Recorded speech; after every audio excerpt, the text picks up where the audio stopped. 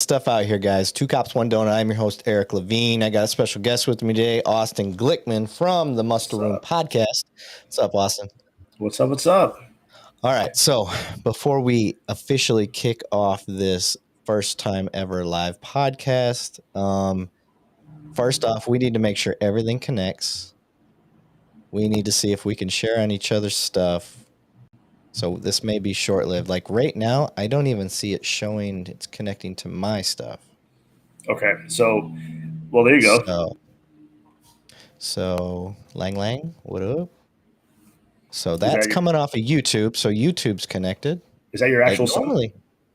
No, it ain't. Okay. All right. So I'm pressing the add channels. It doesn't seem like a. Oh, what's up, Big? Yeah. So right before I jumped on this, by the way. Okay.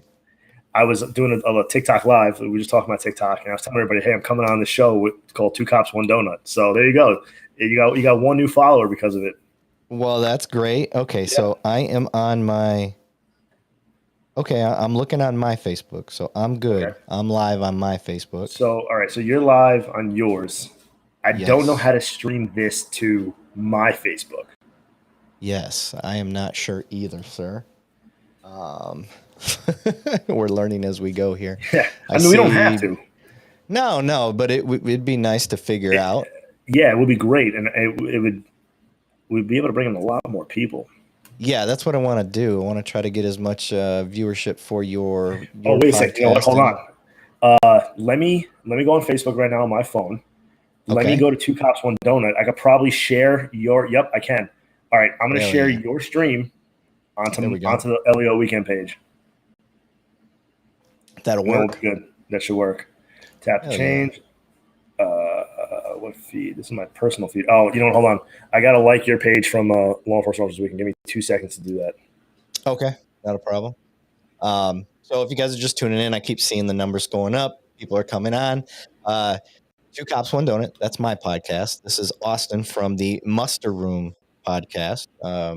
We are basically trying to do a little collab and do our first. This is my first ever live when it comes to the actual podcast. So we're going to actually do a full-on podcast on here. My style of podcast on Two Cops, One Donut is long-form discussion. It's about humanizing, bridging the gap. I'm trying to bring law enforcement, basically everybody involved in the criminal justice side of things, and bring them closer to the community. But we don't stop there. We also try to get people on the other side that maybe be a little anti-law enforcement, anti-government, whatever it is, and bring them on, hear why they feel the way they do, and we try to solve things that way. I had a guest, Aaron Dyson. If you check out our YouTube channel, it's one of my favorite episodes. I keep that one pinned to the top just because it's my favorite one. But he was wrongly convicted of a crime for 24 years out of a 53-year sentence. And he was obviously freed, and he come on and tell his story and talked all about him and the corrupt COs that he had to, correction officers that he had to deal with. Some were great. I mean, he just went down the whole rigmarole. And he also goes on to explain that he did commit a crime. He fully owned up to that he did commit a crime. But at the same time, the system was broken, and it screwed him over. So if you're joining us, if you're jumping on this, 2 things that I love to do on my podcast: sip some bourbon and swear. So if those are 2 things that offend you, this may not be the place for you. I don't curse like a sailor necessarily, but F-bombs will slip and all that good stuff. If you're okay with that, Austin. I don't give a fuck. That's what I'm talking about.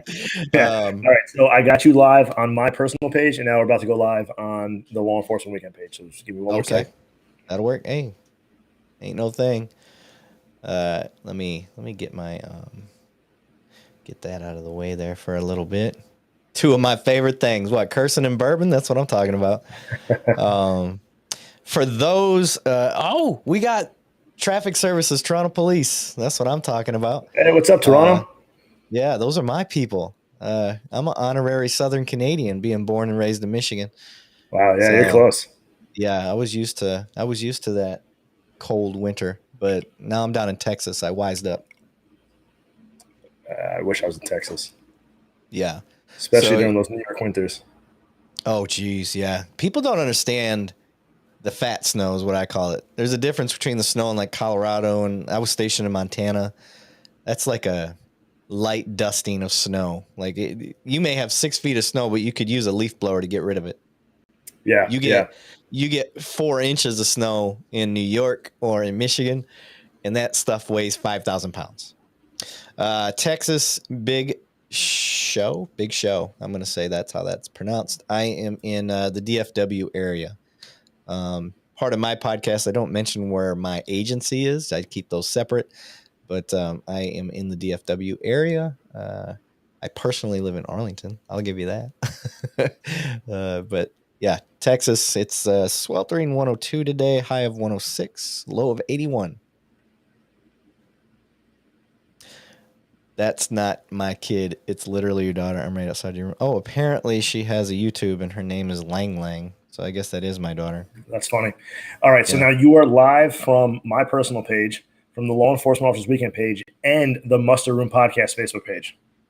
So, oh, shit. Yeah. So let's see. I don't know. I can't see how many users you have in right now, but what are you up to? Yeah. Right now, I'm just showing 11. All right. It's not bad. I'm showing 11. But again, it's only registering my stuff probably. So unless they jump in, they would have to jump in through my page. Well, they will. They will. Yeah. So so it'll be through your page. We'll see if any of mine end up showing up, or maybe I could have all bots on my pages. Who knows? Yeah. I might have any followers for all I know. How much money did you put into advertisements? Too much. Oh shoot! Yeah, no, I've just gone by word of mouth. So I want to try something real quick. It does. Look at that. That's awesome. We can highlight and talk about really what people say. This is sweet. It's funny when you learn new features of your own shit that you should already know. Yeah. But I don't do live very often. So one of the unique things that I do with my live is you got guys like Donut Operator. Yep. You're familiar with Donut. So of course, yeah, everybody loves Donut. He's the man. I believe he's not in San Antonio now. Donut, if you're fucking listening to this, bitch, which we know you are, podcast. Yeah. That would be sweet. Yeah. Get on my podcast. You can actually drive to mine. So get on in, and then we'll fly you into ours. Hell yeah. I'll come up there. So what I'll do that's kind of unique is I will do body cam videos, right? Yep. I'll do a breakdown of body cam videos, but instead of like Monday morning quarterbacking or anything like that, I will go through the body cam video and act as though I'm the officer taking the call. You know what I mean? Yeah. So, oh shoot. I just thought about this. I wasn't recording our audio, but now I am. Well, we haven't really started yet, right? So I guess technically we haven't started yet. Yeah, we'll jump into it. Do we want to wait until we build up more people, or? I think people are just going to jump in throughout, so it's up to you. I mean, if you want to try to wait, or we could just go. We just go for it. Yeah. Let me cue that intro here, sir. So.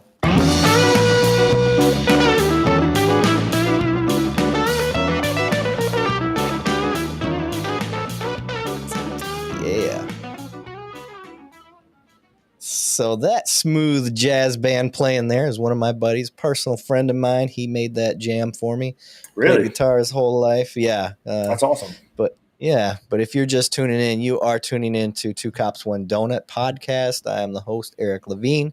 With me today, Austin Glickman from the Muster Room podcast. Playing the role of the donut. Yeah, that's cool. We can do that. We were sitting there. We've been trying to make this podcast work for the last few days. We had some technical difficulties, mainly his technical difficulties. I'll take the blame for that. Big Show said, "What's the band? I play music as well." It's not a band. It's just a friend of mine that I think he is in a band. But that's him. He made that riff for the show for me. So, big shout out. I'll keep him anonymous for right now. I'm hoping maybe he jumps on and goes, "Yeah, that was me." But so he made that for me when I was getting the podcast started. But Anywho, yeah, we got Austin one of those fancy Blue Yeti mics, and I was like, hey, dude, audio quality is one of the important parts for this stuff. If you can get a mic, let's get a mic and let's do this proper, because I want all the good attention to be brought to your podcast, because you guys are just kicking off. So I share my platform with anybody and try to help my followers become your followers, and yeah, we appreciate all that it. shit. Certainly appreciate it. You'll find the podcast family is what I like to call it. Man, everybody's so accommodating. Everybody likes to help out. So I've had nothing but good vibes from everybody, and just people trying to help you get started. That's so awesome. I share the love just as much, but we appreciate it, and we'll be sending people your way as well.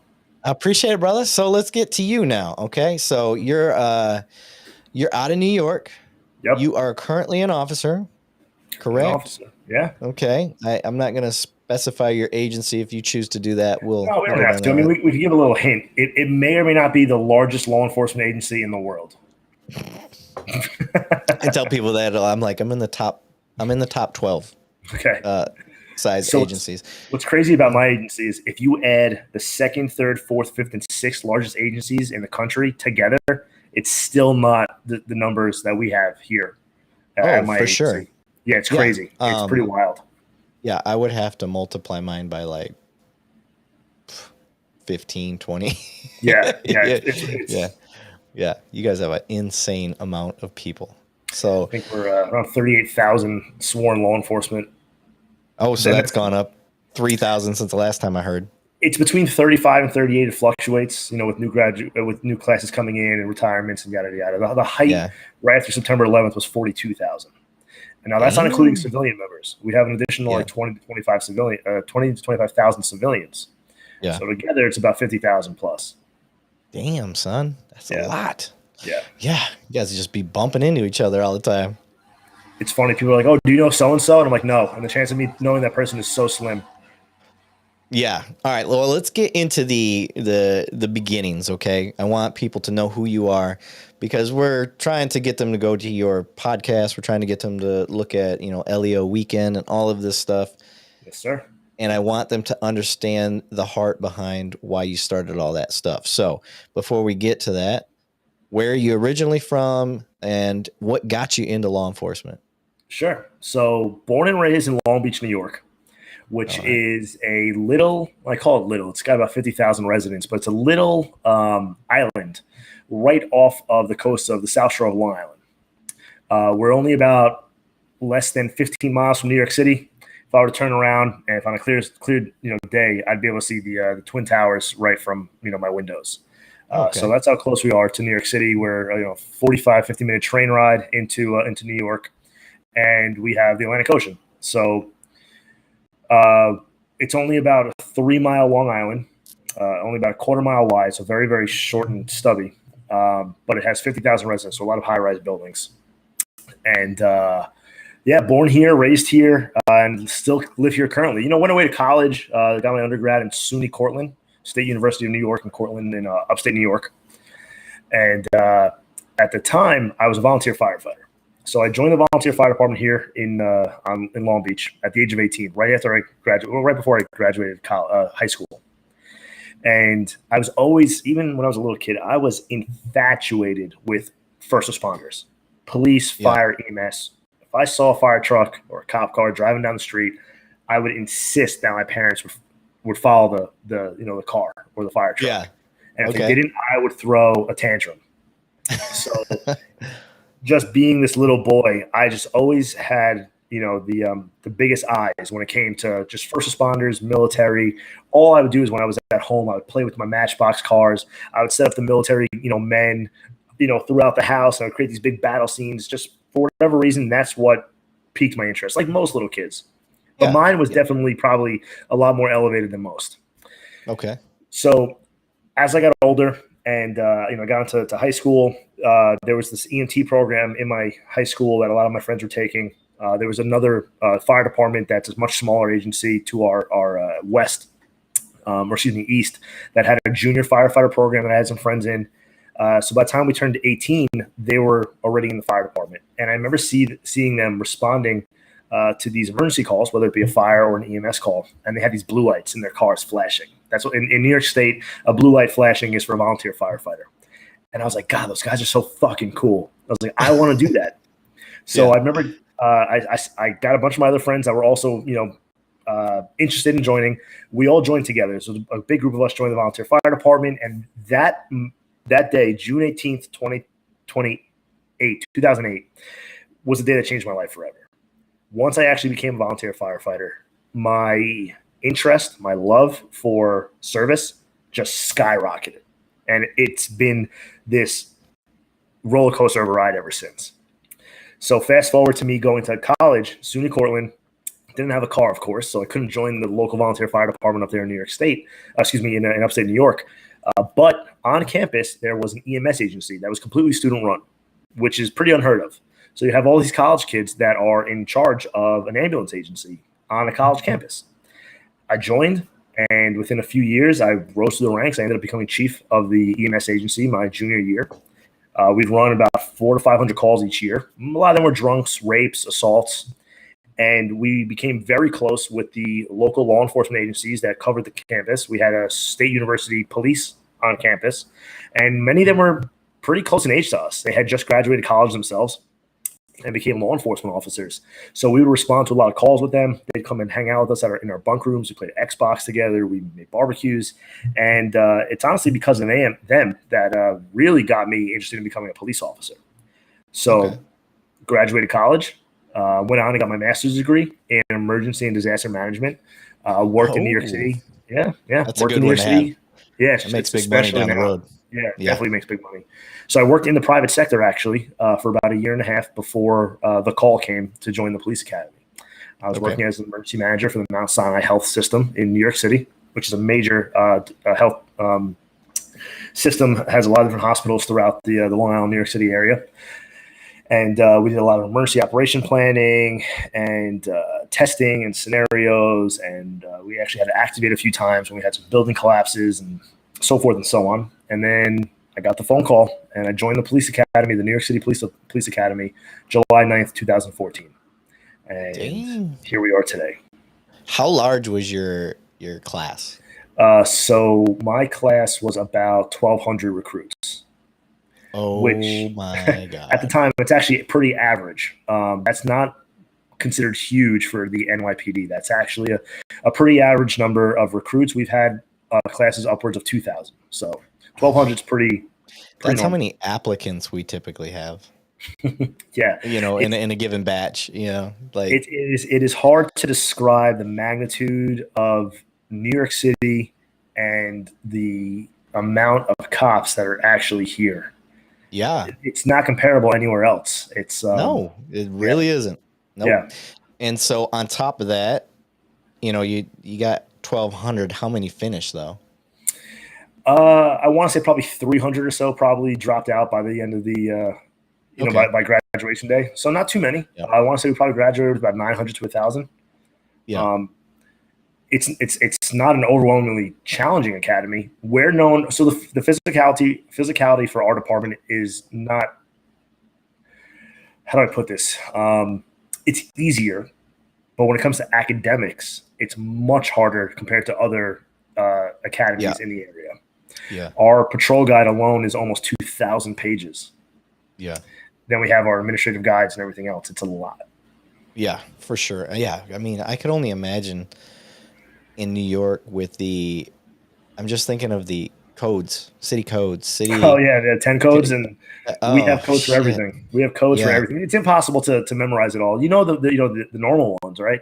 That most for sure officers I would know, but I mean, we have all these, especially now, they've added even more with all these juvenile codes. I don't know if you guys have raised the age in Texas. It's probably much different where you guys are, but I don't want to get too much into politics, but they recently raised the age for what is considered an adult here in the state of New York. So with that, a lot of the what were once felonies or misdemeanors for 16 or 17 or even 15-year-old kids, and they used to go to jail, no longer do. Now they get released back to their parents. It's a mess, I'll be honest. I mean, it's pretty obvious. Even our top brass is saying how the entire thing with bail reform and raise the age has just been a complete mess. complete and utter failure, disaster. So I feel comfortable saying that because they say it themselves. Yeah, but I don't mind change. I don't, even if you think at the surface you're like, this shit ain't gonna work. Yeah. If you try something, I'm down to try it. Even if I think it's not gonna work, let's try it. But if it starts to fail, let's own up. Hey, this ain't working. We got to switch it back. The problem is they never got feedback or, they never reached out to law enforcement officials and said, hey, do you think this is going to work? They didn't care. They had an agenda and they went with it. I gotcha. That's all I'm going to say. I'm going to give some shout outs real quick because you and I are partaking. I am drinking America bourbon. Nice. They are a Patriot owned business. Okay. Nearby. So if I can support my local vets and all that stuff, I will. Being one myself, sir. Thank you for your service. Appreciate it. Another thing, you're worth it. That's what I tell people. Oh, right? Start using that when you're on duty. You use it all the time. When we get off air, I'll tell you what I actually say at work because it's a play on words for where I work. Okay. I can't, if I say it, then it's gonna. Yeah. Gotcha. Folks, it's not hard to figure out where I work. It's very easy, but again, I keep the podcast and that separate, so I don't get fired from my job. Even though I don't think I'm saying anything bad, you just never know these days. So I don't want to get canned, but love where I'm at, and don't want to ruin that. But what are you drinking? You said something in a can. Yeah. So when you told me the other day that we were gonna do this podcast and it's possibly up to 2.5 hours and to grab something to drink. So I told you I'm not a big drinker, right? Which I'm not. So I went to the liquor store earlier today. I was walking my dogs, figured let me pop in. And one of the first things I saw was this. Okay. And I said, what better thing to grab on a law enforcement podcast than this specific drink? So I'm going to show it to you. I've never seen it before, but apparently these are starting to become pretty popular. But before I actually show it to you, I want to see if you could guess it. Okay. So being that you are a law enforcement officer, right? Yes, sir. You've probably done hundreds, if not thousands, of car stops. Okay. You're searching a vehicle or you're searching a person, and you find this telltale item in their car. Crown Royal bag. Boom. I didn't even have to fucking say anything. I didn't have to say anything. I was going to give you a clue of saying it's purple. You didn't even need to give me one. This is a Crown Royal bag. Anything. Crown Royal bag, right? That's a criminal's purse. Crown Royal bag for whatever reason. I don't know where it started, but they used the Crown Royal bag to they're not really hiding it, but they put their drugs, they put their guns, whatever is illegal, they put it in there. It's an illegal purse is essentially what it is, right? Yes, it is. So, I thought it'd be really funny. I've never had this in my life. I've never drank Crown Royal before, and no disrespect to Crown Royal, right? If they're listening, which we know you are. Sponsor this podcast, but I was like, you know what? Let me get Crown Royal because it would be really funny. So not only is it Crown Royal, I found Crown Royal in a can, and it's a whiskey cola. So there's Coke in it also, and it's 7% alcohol. So I think it's probably a shot and a half or so. And it comes in these small little boxes. There are about 4 of them. I was talking about this on the TikTok right before we jumped on here, and people were saying that they've had these before, and they recommend the Crown Royal sour apple ones. I didn't know that existed either. So for the first time ever, I'm going to crack this open right here, right now. Okay. Is it S&M when you do it next to the microphone and people get turned on by yeah. It was the ice, right? So I'm gonna pour it in this now, and I'm gonna taste Crown Royal for the first time ever on this podcast. Dude, I like Crown. Now I've never had it. I know you're not you don't drink much. So for me, bourbon and ice. Do you hear that? Yeah. It sounds like this is a commercial. This is a Crown Royal commercial. You need to hold it up a little higher though. Oh, sorry. All right. I want you guys to hear this. Let people know. Let people know where that mason jar came from. It's so funny that other people in here are saying the same thing. Crown Royal, you just know the Crown Royal bag is that's it. All right, here we go. So cheers, bud. All right, buddy. Salud, sir. Oh, that's deadly. It's deadly. It's very sweet. Okay. You can barely taste the Crown, which I guess that's the whole point, right? So. Yeah. By the end of this podcast, I might be a little toasty. That's fine. I mean, oh yeah, no, this will be fun. I'm off duty. Yeah. Yeah, No, just no. don't say anything that you'll regret later. No. I may take my shirt off. Oh, that's fine. That's fine. Yeah, just as long as your gun belt's on and your boots, you're good. I have a funny thing to talk about that, but we'll talk about that later. That already sounds interesting. I'm looking. I'm just trying to follow along with the chat, make sure we don't miss anybody. I have a running joke with family and friends and other cops. If I don't make it in law enforcement, I'm going to start an OnlyFans called Chubby Cops. And what it is, it's cops that are slightly overweight, where their bellies hang over their gun belt just a little bit. And Okay. all we wear are our gun belts and our patrol boots, and we do household chores. So it's not sexual, but we're naked, where our belly's hanging over the gun belt a little bit, and we're just cleaning the fan, or I'm doing the dishes, and that's I guarantee you, if I really or anybody would actually do that, you would make millions. Oh, for sure. There'll be there's so many people that they're attracted to people. You know how many firefighters there are in the United States, right? They would buy it. Oh yeah, I mean, all the firefighters. Our number one fan base would be firefighters. Yeah, firefighters would be all over it. 100%. I mean, I used to be a volunteer, so I can say that. Who wants their calendar where you can wash your dishes on their abs? Nobody. Boring. Nobody. I can hide dishes in between my man boobs. That's what you want, right? Or snacks. Snacks, Girl, you hungry? And then you just lift up your movie and and a Crown Royal bag pops out. Well, in a lot of states now, the CBD and all that stuff's legal. So legal, yes, decriminalized here in New York. Which and I'll be honest, so it doesn't mean it's legal. So technically, you can't just really smoke it on the street, even though everyone does. So my family is very, they're very left. I'm the problem child in the family, as you know. I'm way more conservative than most of them. Yeah. Only cop in my family, and I was going to ask you that. Is there anybody else? Yeah, no. So I'm the only first responder in my family, first cop. Also being Jewish, they were like, my grandma, she was like, "No Jews are cops," So like it was funny, but they knew that I just had this passion for it since I was little, so they really didn't bust my chops about it. But yeah, just going back to marijuana, I actually supported it being somewhat legalized, maybe not the way it is right now, but I think it has a lot of health benefits. Okay.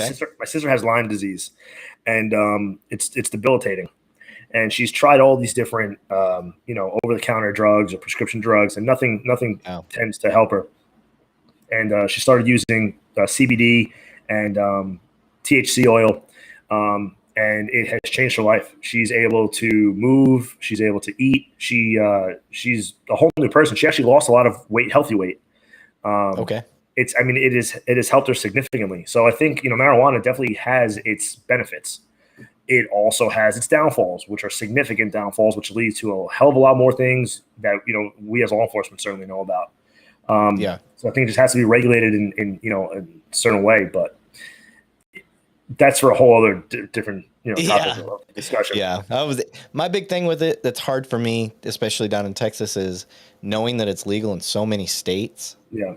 And then you still got to enforce it here. And even that, prosecutors and stuff are like, if it's not over 2 pounds, we don't really care. Yeah, they're not really enforcing it. If you're gonna be this wishy-washy, guys, let's just nix it. Like, I'm surprised with the current administration that they haven't just federally, legalized it.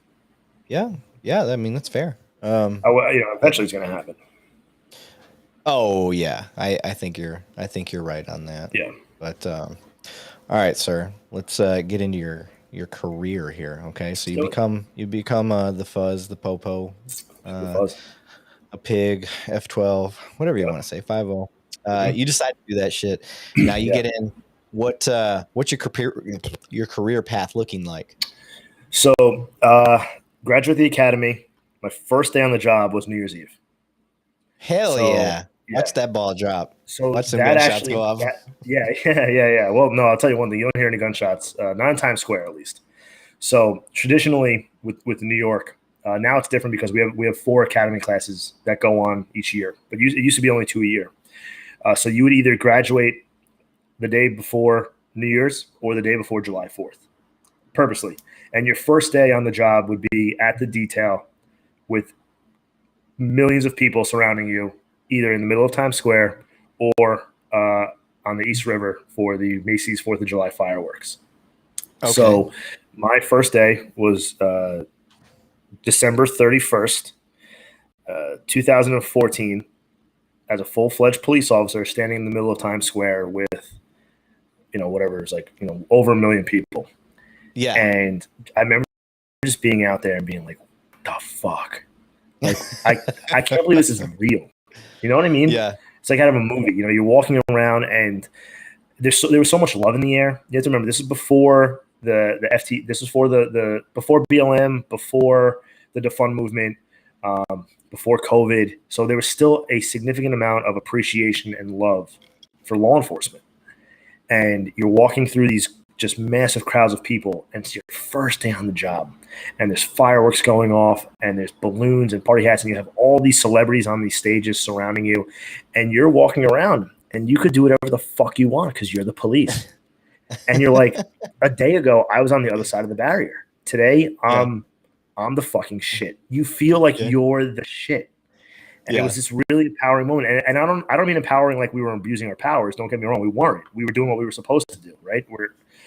But there's so many of access. You have access to places that you never would have had before. Right. And there's trust and all this, there's so many of us there too. There's thousands and thousands of us in Times Square. And it's the safest place you could be during Times Square any time of the year when there's, again, I don't want to get into the tactics or, I don't want to get too much into like what we do to prepare. Yeah. But I can promise you that Times Square on New Year's Eve is the safest place in the country. Yeah. The equipment that we have that I won't talk about is astonishing. Like things that are out of movies, you're like, that's only in a movie. No, we really have that stuff. Yeah. That is real. It is wild. I'll leave it at that. So, it's awesome. It was great.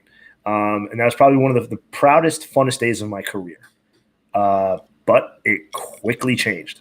So that was your first day on the job. That was my first day on the job, but we'll get into that, how it changed. But so I was assigned to the 30th precinct in Harlem. It's Spanish Harlem. It is currently gentrifying, but at the time it was still predominantly Black and Hispanic, Dominican, a lot of Dominican, Puerto Rican, and a lot of Haitian and Jamaican. And again, it's New York City, so you have these clash of cultures. You turn the corner and there's different religions, races, ethnicities, everything.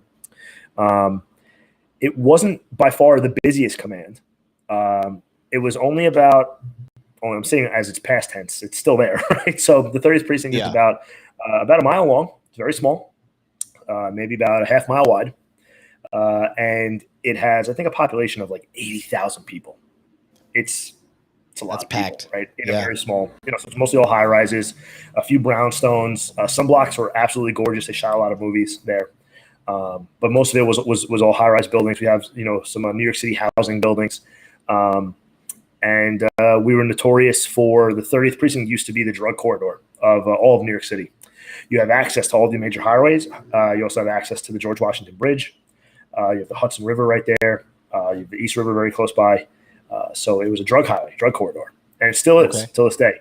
A lot of drugs being sent through that area. It's also it was known to have a high volume of what we call EDPs, emotionally disturbed persons. A lot of SROs, single room occupancy buildings. So there would be a lot of people who have mental disorders, or we had a lot of AIDS buildings. So they had some type of sexually transmitted disease. They were also homeless or poor, so they'd be put in these rooms. And then we just had a lot of violence because of the drugs. We had a lot of shootings, a lot of stabbings, especially in the Hispanic culture. They tend to, it seems like a stabbing is more of a thing as opposed to shooting. That's kind of changed. Shootings have skyrocketed now, not just in New York, but throughout the country. So it was busy, but at times it would be slow. So we would learn a lot. And I spent my first six and a half years in the 30th precinct of the NYPD, and probably the best time of my career so far. And again, I've only had 8 years on, so I don't have a lot to compare to. But just the camaraderie, the bosses that I worked for, the sergeants, lieutenants, the captains, the deputy inspectors, they were all just great people. It was pretty close knit. You know, we hung out on our days off and just had a real fun time. It was all great. Patrol, just straight patrol. No. So I did patrol for my first like 3.5 years. Then I had the opportunity to join with what we had called the conditions team. Essentially, we would work specific hours that there would be crime, mostly quality of life conditions. So you'd have your drinking, your smoking, your loud music.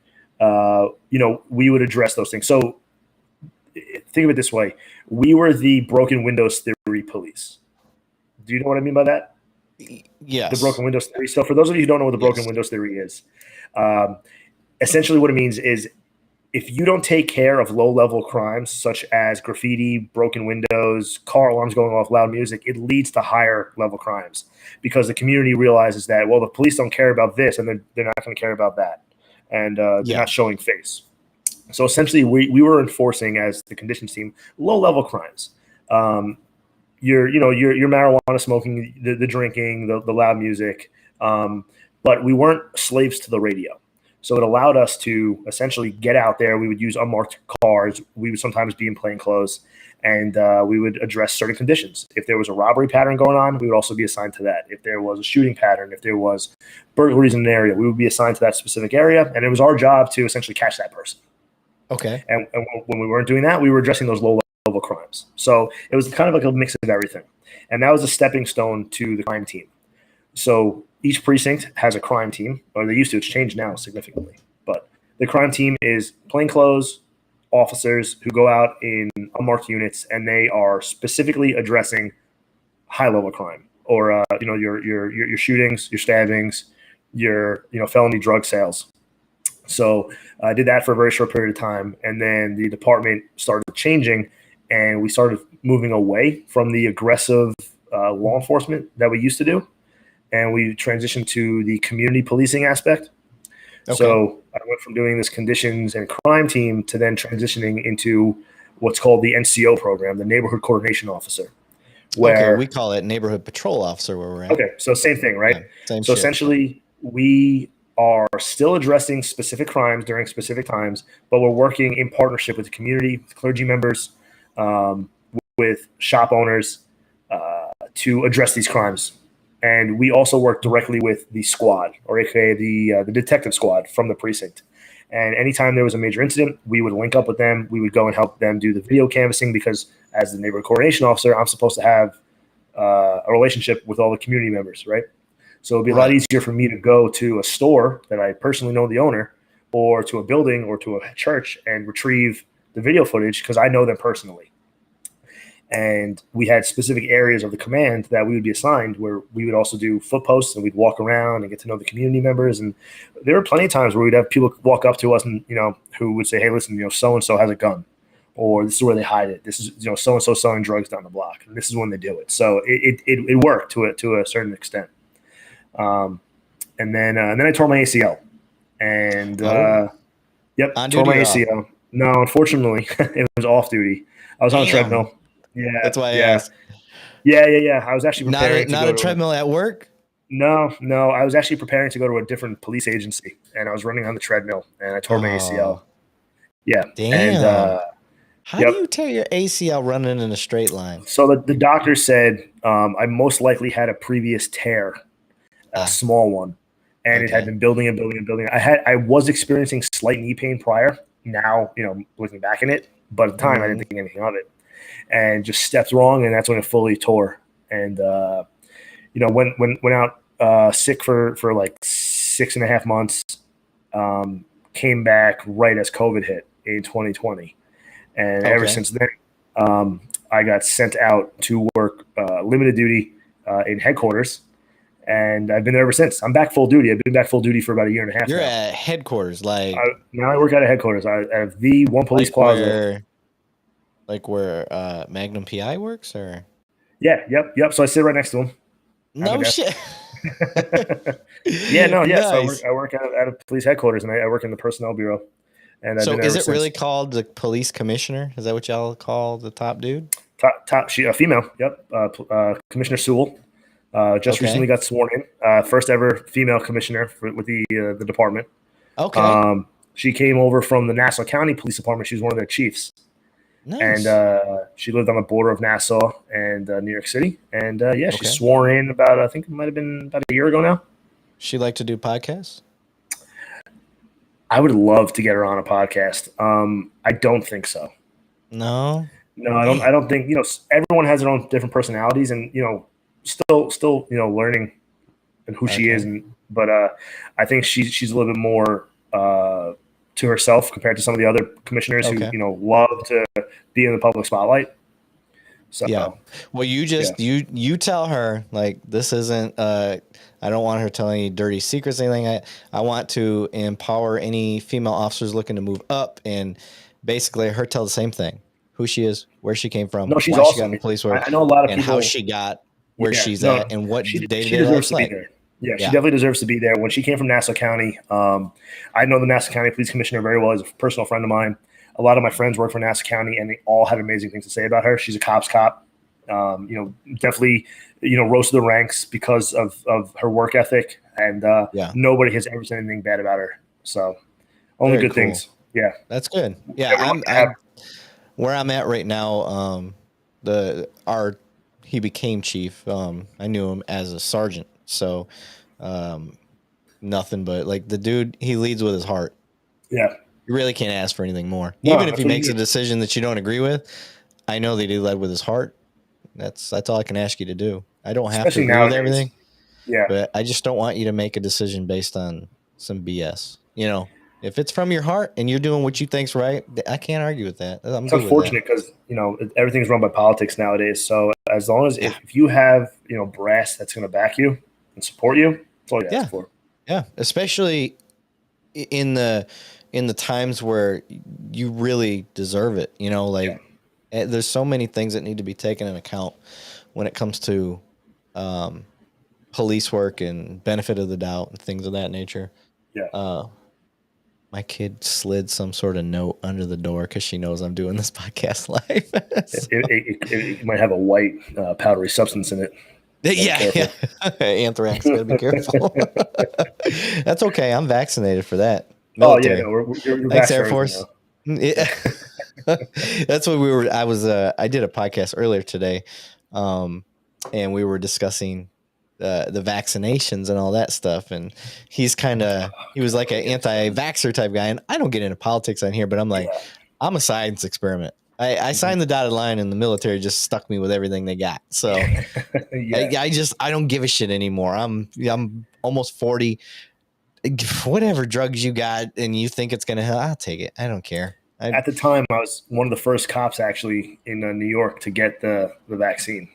Oh, and were you one of those dudes that, like, taking a selfie like, this is me getting my shot? No, I didn't do that. I didn't do that. At the time, I had believed that I was only 30 at the time, super healthy, in pretty decent shape.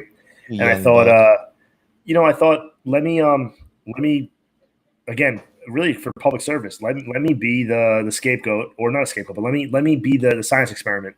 And let's see how it goes, right? And hopefully maybe I'll be able to help save lives, because if I do well, maybe other people will too. Little did I know it wasn't going to really do much at all. And at the time, I didn't know it had a lot to do with politics, to it, but I thought I was doing the right thing at the time. So I had signed up and I got the shot, thinking that I was going to help save other people's lives. Yeah, I'm still reserved. So I have to get flu shots. I have to get everything every year. And I have to prove it.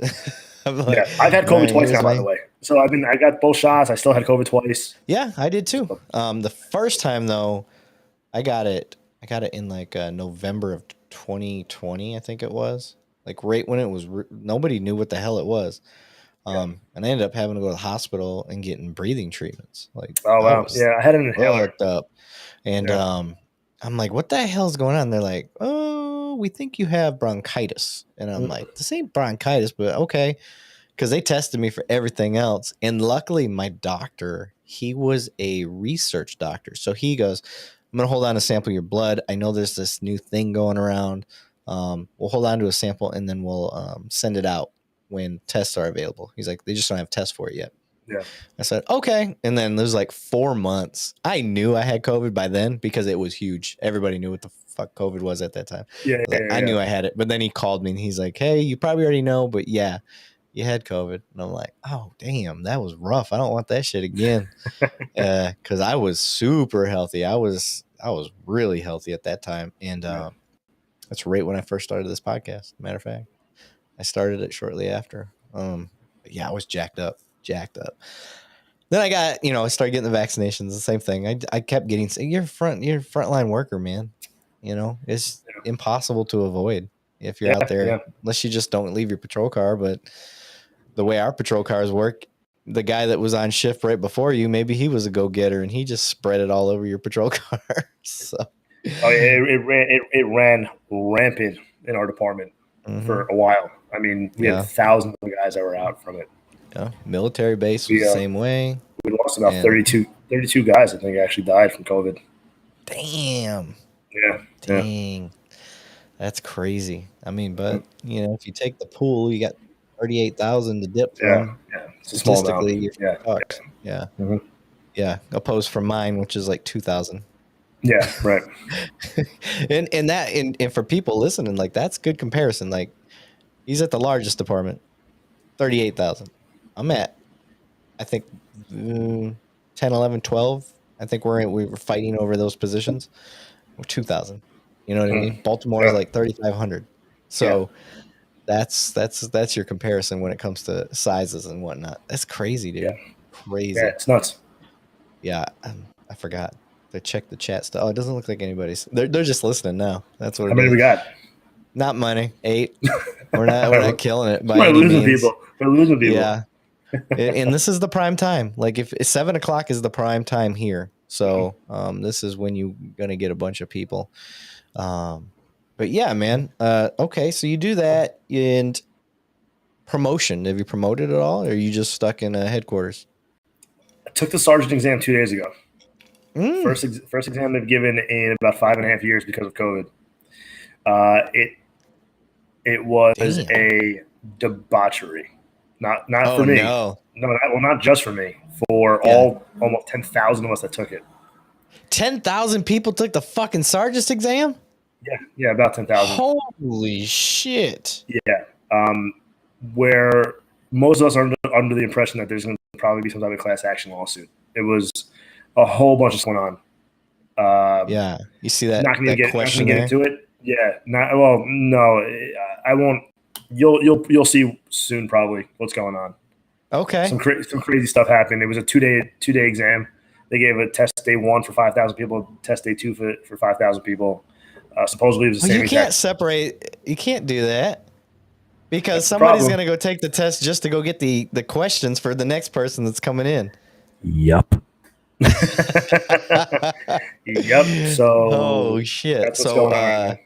Brian Bailey said, "Isn't LAPD the same with a huge number on duty?" Yeah, LAPD is huge, but they're not New York huge. Nowhere near us. The LAPD has 8,000 or something like that. Yeah, nothing. There's nothing. I mean, the department. Like 3 or 4 times the size of it. Yeah, you guys are your own city. The department itself, it's its own city. We are. I recently, I went to a funeral in Detroit. I'm a part of a nonprofit called Brotherhood for the Fallen. I love Brotherhood for the Fallen. Shout out to Brotherhood for the Fallen NYC. Shout out to Brotherhood for the Fallen Boston. 2 huge groups. I love those dudes. They're big supporters of ours. I love those guys. Yeah, so I'm a new member. I had been a part of a different nonprofit organization where basically we would ride for fallen officers in Texas, and it was a bicycle ride, and we'd ride from like Fort Worth to Austin, or Austin to another city. It was about 150-mile ride over the course of 2 days, and it was a beatdown. It's made to punish the riders because you're riding on a bike for about 8 hours, and you're going slow. Yeah, so it's rough. Even if you're a seasoned rider, most seasoned riders, they ride for about 4 hours at a time, and they're doing 100 miles in that time. Yeah. The really good riders do even more than that in that same amount of time. But here we are, we're only riding half of 150 the first day and it takes 8 hours. So you're doubling your time in the saddle. That is a monstrous beatdown on your taint, and it just fucks you up. Yeah. So that's though, the name of one of my podcasts. Monsters beat down on your taint. Yeah, that makes sense. Yeah, one of my OnlyFans episodes. That's the name of it. Oh, just in your gun belt again. Disgusting. Yep, chubby cops. Yeah. So we did. I was a part of that, and then I promoted at work, became a detective. And some departments, that's not a promotion; that's just extra duty. But for us, that's a promotion. So it's kind of the same for us. Yeah, so I became a detective, promoted, and then I fell out of riding. I just didn't have the time to ride like I used to. So I was looking for another nonprofit to get into where 100% of the money goes towards 100% of the cause. Mm-hmm. I wasn't trying to be like, what is it? Wounded Warrior. Yeah. It's like 1% goes to the actual cause and the rest goes to all this other shit. Like the Red Cross. So they're all the same like that. Yeah. So I did my homework, and for those listening, if you're not familiar with Brotherhood for the Fallen, if you're in another agency or something definitely worth getting into. Anytime an officer is killed violently in the line of duty, these officers in their chapters, so he mentioned NYC, there's Boston, what they will do is officers that are a part of that, they're donating from each check. And I don't remember what the cost is, maybe $100 a year, whatever it is, goes into a pool. And anytime an officer is killed, there's circumstances, but violently in the line of duty, basically. You're missing a major proponent, though, of what they do. Yeah, right. And then that money will take a portion of that, and they'll present it to the family, the surviving family members. I think it's like $2,000 that they give towards whatever they want to use it for. And then all of the fallen, Brotherhood for the Fallen, end up meeting up together, and then they usually present together. So it's just tight-knit. Yeah, so they fly into the funerals, right? So then there's representation from all these different agencies at the funeral. And it can be no matter where it is. It can be Bumblefuck America. And you have Boston, New York, Texas. I think, is there one in Colorado now, too, I think? Yeah, Colorado. Yep. Yeah, I think Aurora or something. You have all these major agencies that are flying in from across the country. They're going to the funeral, standing shoulder to shoulder with the agency that just lost one of their members, and helping them with whatever they need help with, and then presenting them with this money. So it's a really special organization to be a part of, and I know they're always looking for new chapters to start. So if you're in an agency that has a decent amount of cops, or if you want to start one that's in a specific region, hit up one of the founding agencies. I think New York City, Boston. And I think you're definitely in New York. I can hear that shit. Yeah. I think Texas. Get the fuck out of the way! What's wrong with you, you jago? Get the fuck out of here! Yeah. Brotherhood, good dudes, awesome. And gals, great organization. Yeah. So I forget why I even mentioned that, but I went to Detroit, did that. Why were we talking about that? You asked about if I promoted in the job, and then I talked about the sergeant exam, and then. Yeah. So I was just getting into the nonprofits, and so I switched over to Brotherhood for the Fallen because I wasn't riding anymore, and then I just had I met up with your New York guys. Boston didn't make it that time, probably out for whatever reason. Well, who wants to go to Detroit? Honestly, that's where we went. So, I'm just joking, guys. Relax. So we went there, and great time. They were all really good. To sit there and chat with, and those guys had been to they were vets. The New York guys that showed up, they had been to 10 plus funerals, and so they were able to kind of show me the ropes, show me what to do. I had my guides from my people back home, but it's when somebody's right there, you can ask questions right now and get answers. So that was pretty neat. I wonder why these aren't showing comments. Oh, there they go. Test. I just wanted to see. I had turned it off for a little bit. So you're working at headquarters, you're doing all that. What is that like? What is day-to-day like? I mean, are you hearing all the nitty-gritty of around the city? It's all rhyme. Did you hear that? The nitty-gritty around the city. Yeah, it's probably just like anywhere else, right? A lot of it is the rumor mill. So all you hear is just rumors constantly. Yeah. And, you would think that, you work at a headquarters, so that means that you're probably in the know. Not really. No? You might hear some things here and there, but for the most part, things are kept, pretty tight knit. So we don't hear too much. Where I work in personnel, so I work in personnel orders. Shout out to them if any of them are listening. Great group of people, of individuals, and our main priority, where I specifically work, is the post unit. So if somebody applies for a unit, we get their application, we vet it, we make sure that they have enough time on the job, they have whatever background they need to join the unit. We send it off to that specific unit, to usually the administrative sergeant or the lieutenant, and then we also help set up the interviews and do all that fun stuff. So it's it's a lot of desk work, but at the same time, because the crime rate has skyrocketed, not just here again in New York, but throughout the country, we're also going out on multiple times a week. I'm not at my desk. I'm in Brooklyn or the Bronx or parts of Manhattan, Queens, anywhere, and we're doing gun violence suppression. Essentially, we're out there just like a violent crime initiative type thing. Yeah. We're just there to show presence, to be out there with in our uniforms, to have the lights on the cop cars, and just make sure that the public is aware that we're there, God forbid they need us, and to also deter crime from occurring in these locations. So we do that a lot too, which is great because it kind of makes me feel like I'm still a cop. I'm not a paper pusher. And it's been fun, but I consider my time with the NYPD as almost like a secondary job, because a lot of my time and effort and my passion, more than anything, goes into the nonprofit that I run. So I was in the police academy, so I think this might be a good transition. 2014, as I had already stated, right? 3 weeks into the time that I was in the academy, officers Lou and Ramos were assassinated in Brooklyn. So this was when Michael Brown was going on, and Ferguson. And a guy from Maryland wrote on his Twitter page that he was coming to New York City to put wings on pigs. So I don't know why New York City, I don't know why Brooklyn, but he shows up, he sees this cop car, there's two cops in there eating their sandwiches, they're eating lunch. Goes up to the cop car, just starts putting rounds into the car. He kills them both instantly. Both shot in the head. So we lose two officers, instantly. That's my third week in the police academy. Or within the first few weeks of my time in the academy, and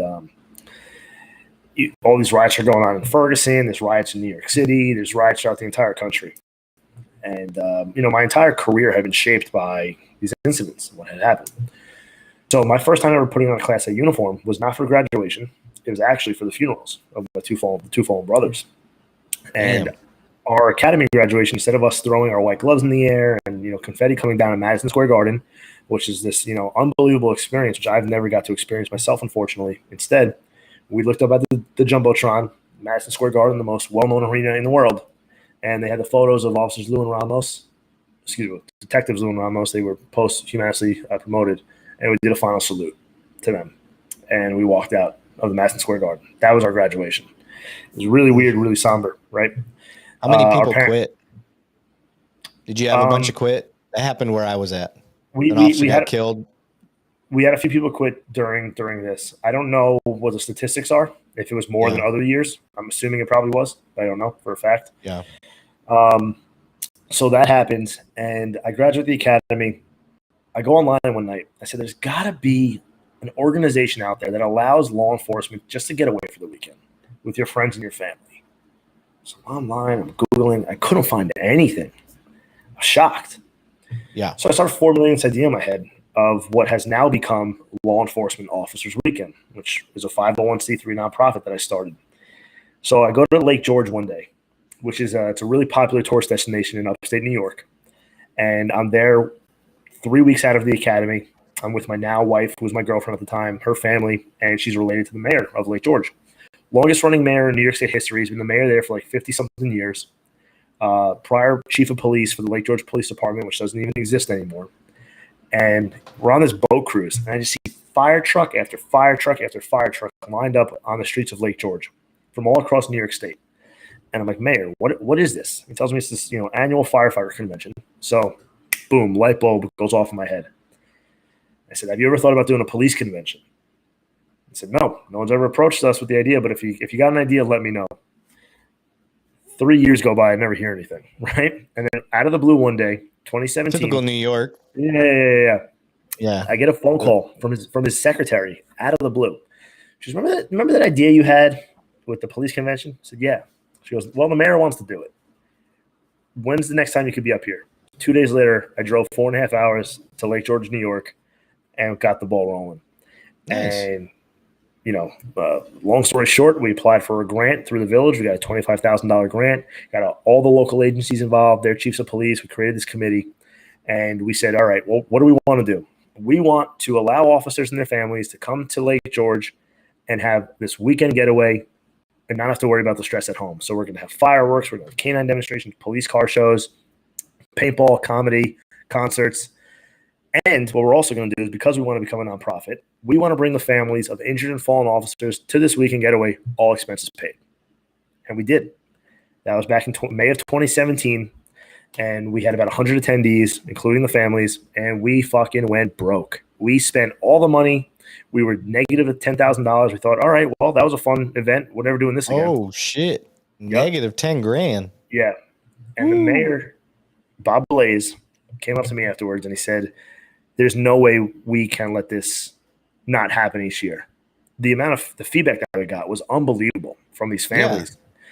So Mayor Blaze reached into his own pocket and he wrote a check out of his own bank for 10 grand to cover that cost. Nice. Yeah, great guy. Okay. And since then, we learned from our mistakes. Fast forward, 6 years now. We now host 14 different events throughout the year. We have, 88,000 social media followers. We've hosted over 60 families to different events. We had a Back the Blue rally a year and a half ago on Long Island, New York, where 8,000 people showed up. We do events with the Yankees, the Mets, the Rangers, fishing charters, paintball games. We do weekend getaways in Lake George, Miami, here in Long Beach, New York. We just had a weekend last week where we brought 5 families of injured officers. And all these events, for the most part, are open to the general public. So even though we're bringing the families of the injured and the fallen to these events, all expenses paid, we also say, well, why don't you, as a police officer or a corrections officer, parole, probation, whatever you are, come with your family. We're going to give you the time of your life. You have to pay your own way, but it's going to be significantly discounted. So we work with 5-star hotels like the Ritz-Carlton in Miami. Shout out to them. Or the Fort William Henry in Lake George. I mean, we're talking of the best hotels.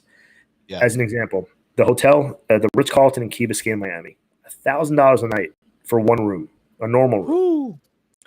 We get it for our group and our group rate, over 350 attendees for $200 a night. Bro, my wife and I, we go to Miami. You got to come. Like for our anniversary, usually every year. So you know what Key Biscayne is. It's beautiful. It's almost like a private island, and your backyard is the ocean. And what time of year are you doing this? So it's October 7th to 10 this year. It's Columbus Day weekend. Oh, nice. We have maybe about 10 hotel rooms left. Okay. So if you're going to come, I would definitely jump on it, sooner than later. And behind you. Who's that buddy behind you? I see eyes to your other side, man. Oh, that's my buddy. Oh, look at Scooby. Yeah. That's Rocco. Rocco, that's such a New York name for a dog. You freaked me the fuck out for a second. You were like, who's behind you? I see eyes. I was about to shoot somebody. The PTSD kicks in so easy. Sorry about that. I was just pulled out my handgun.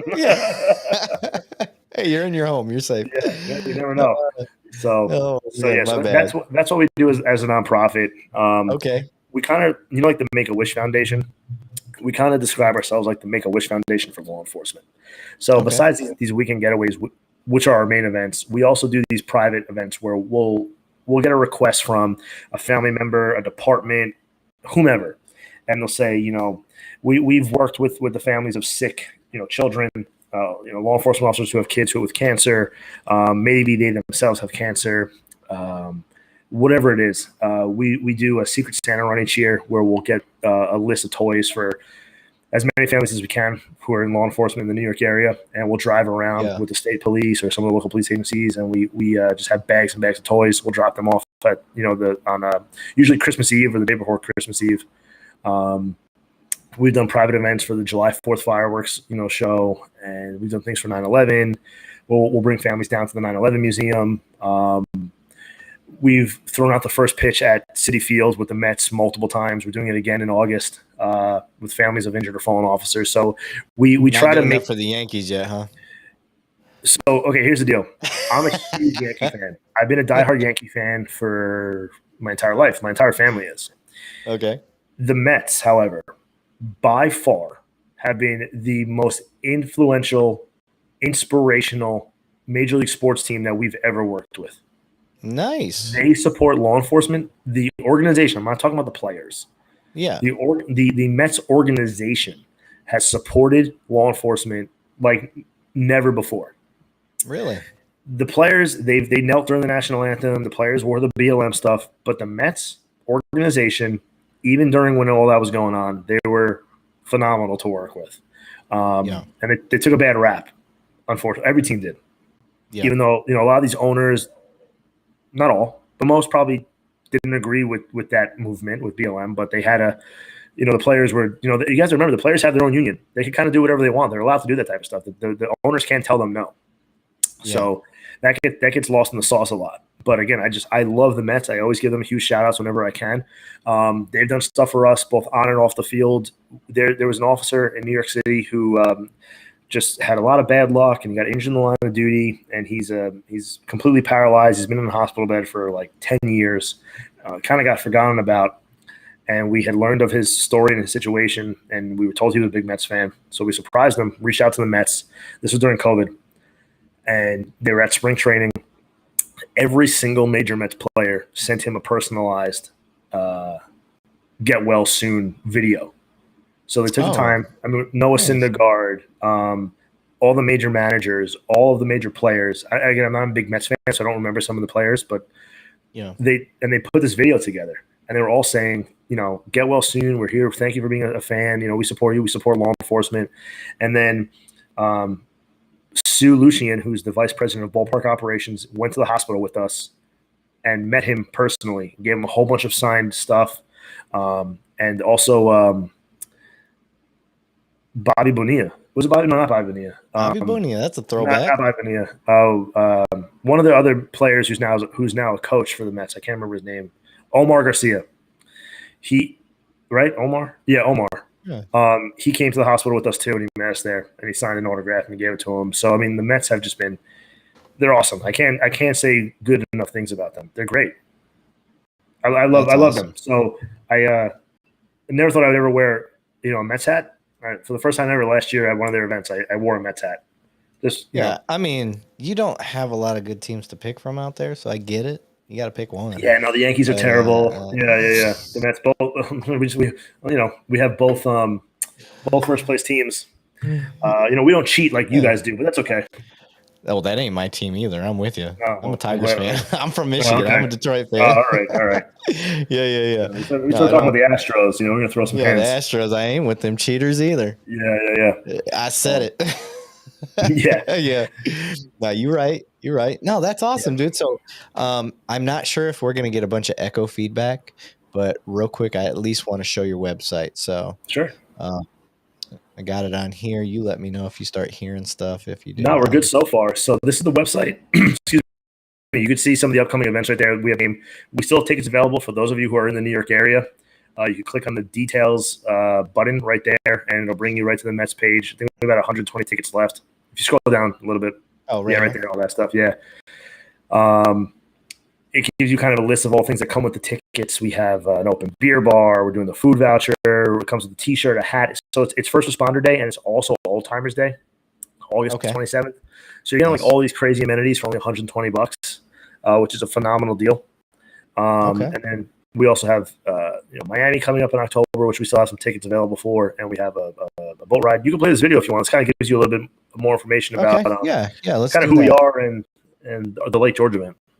Oh, actually, what I'm going to have to do is back out of this, and let me close it, remove source, and now I'm going to, because I have to click a box that says play the sound or don't play the sound, and I think that's what causes feedback for you. Okay, so I won't say anything. Okay, so I'll share this. So if you're listening to this podcast, I'm about to play something directly off of LEO Weekend's webpage that kind of gives an explanation. There's some pretty decent audio and some music, so they'll hear it. Share screen, share audio, boom, share. Turn that shit on, son, and let's play.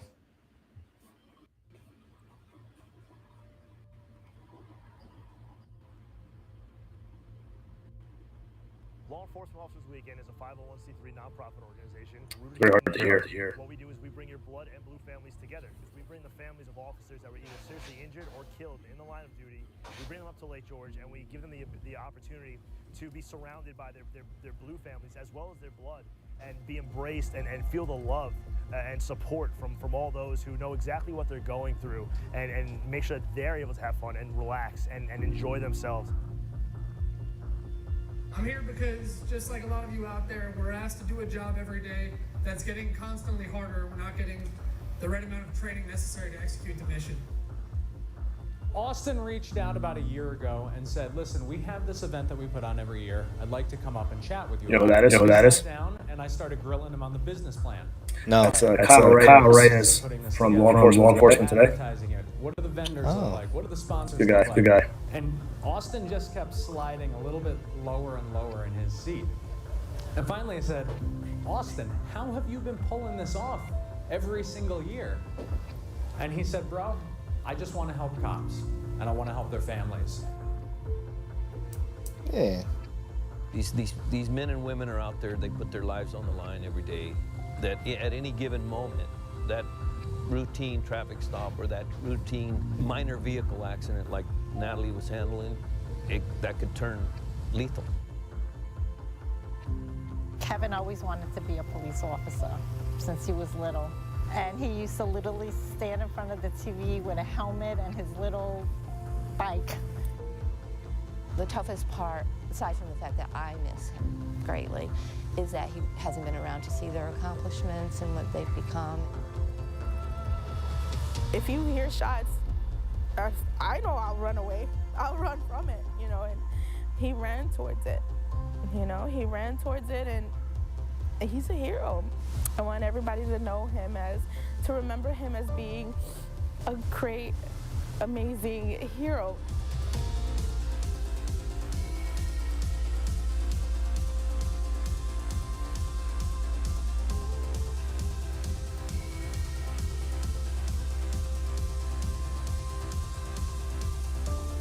That was a terrible swing. I'll let him know. So that video is from a Lake George event.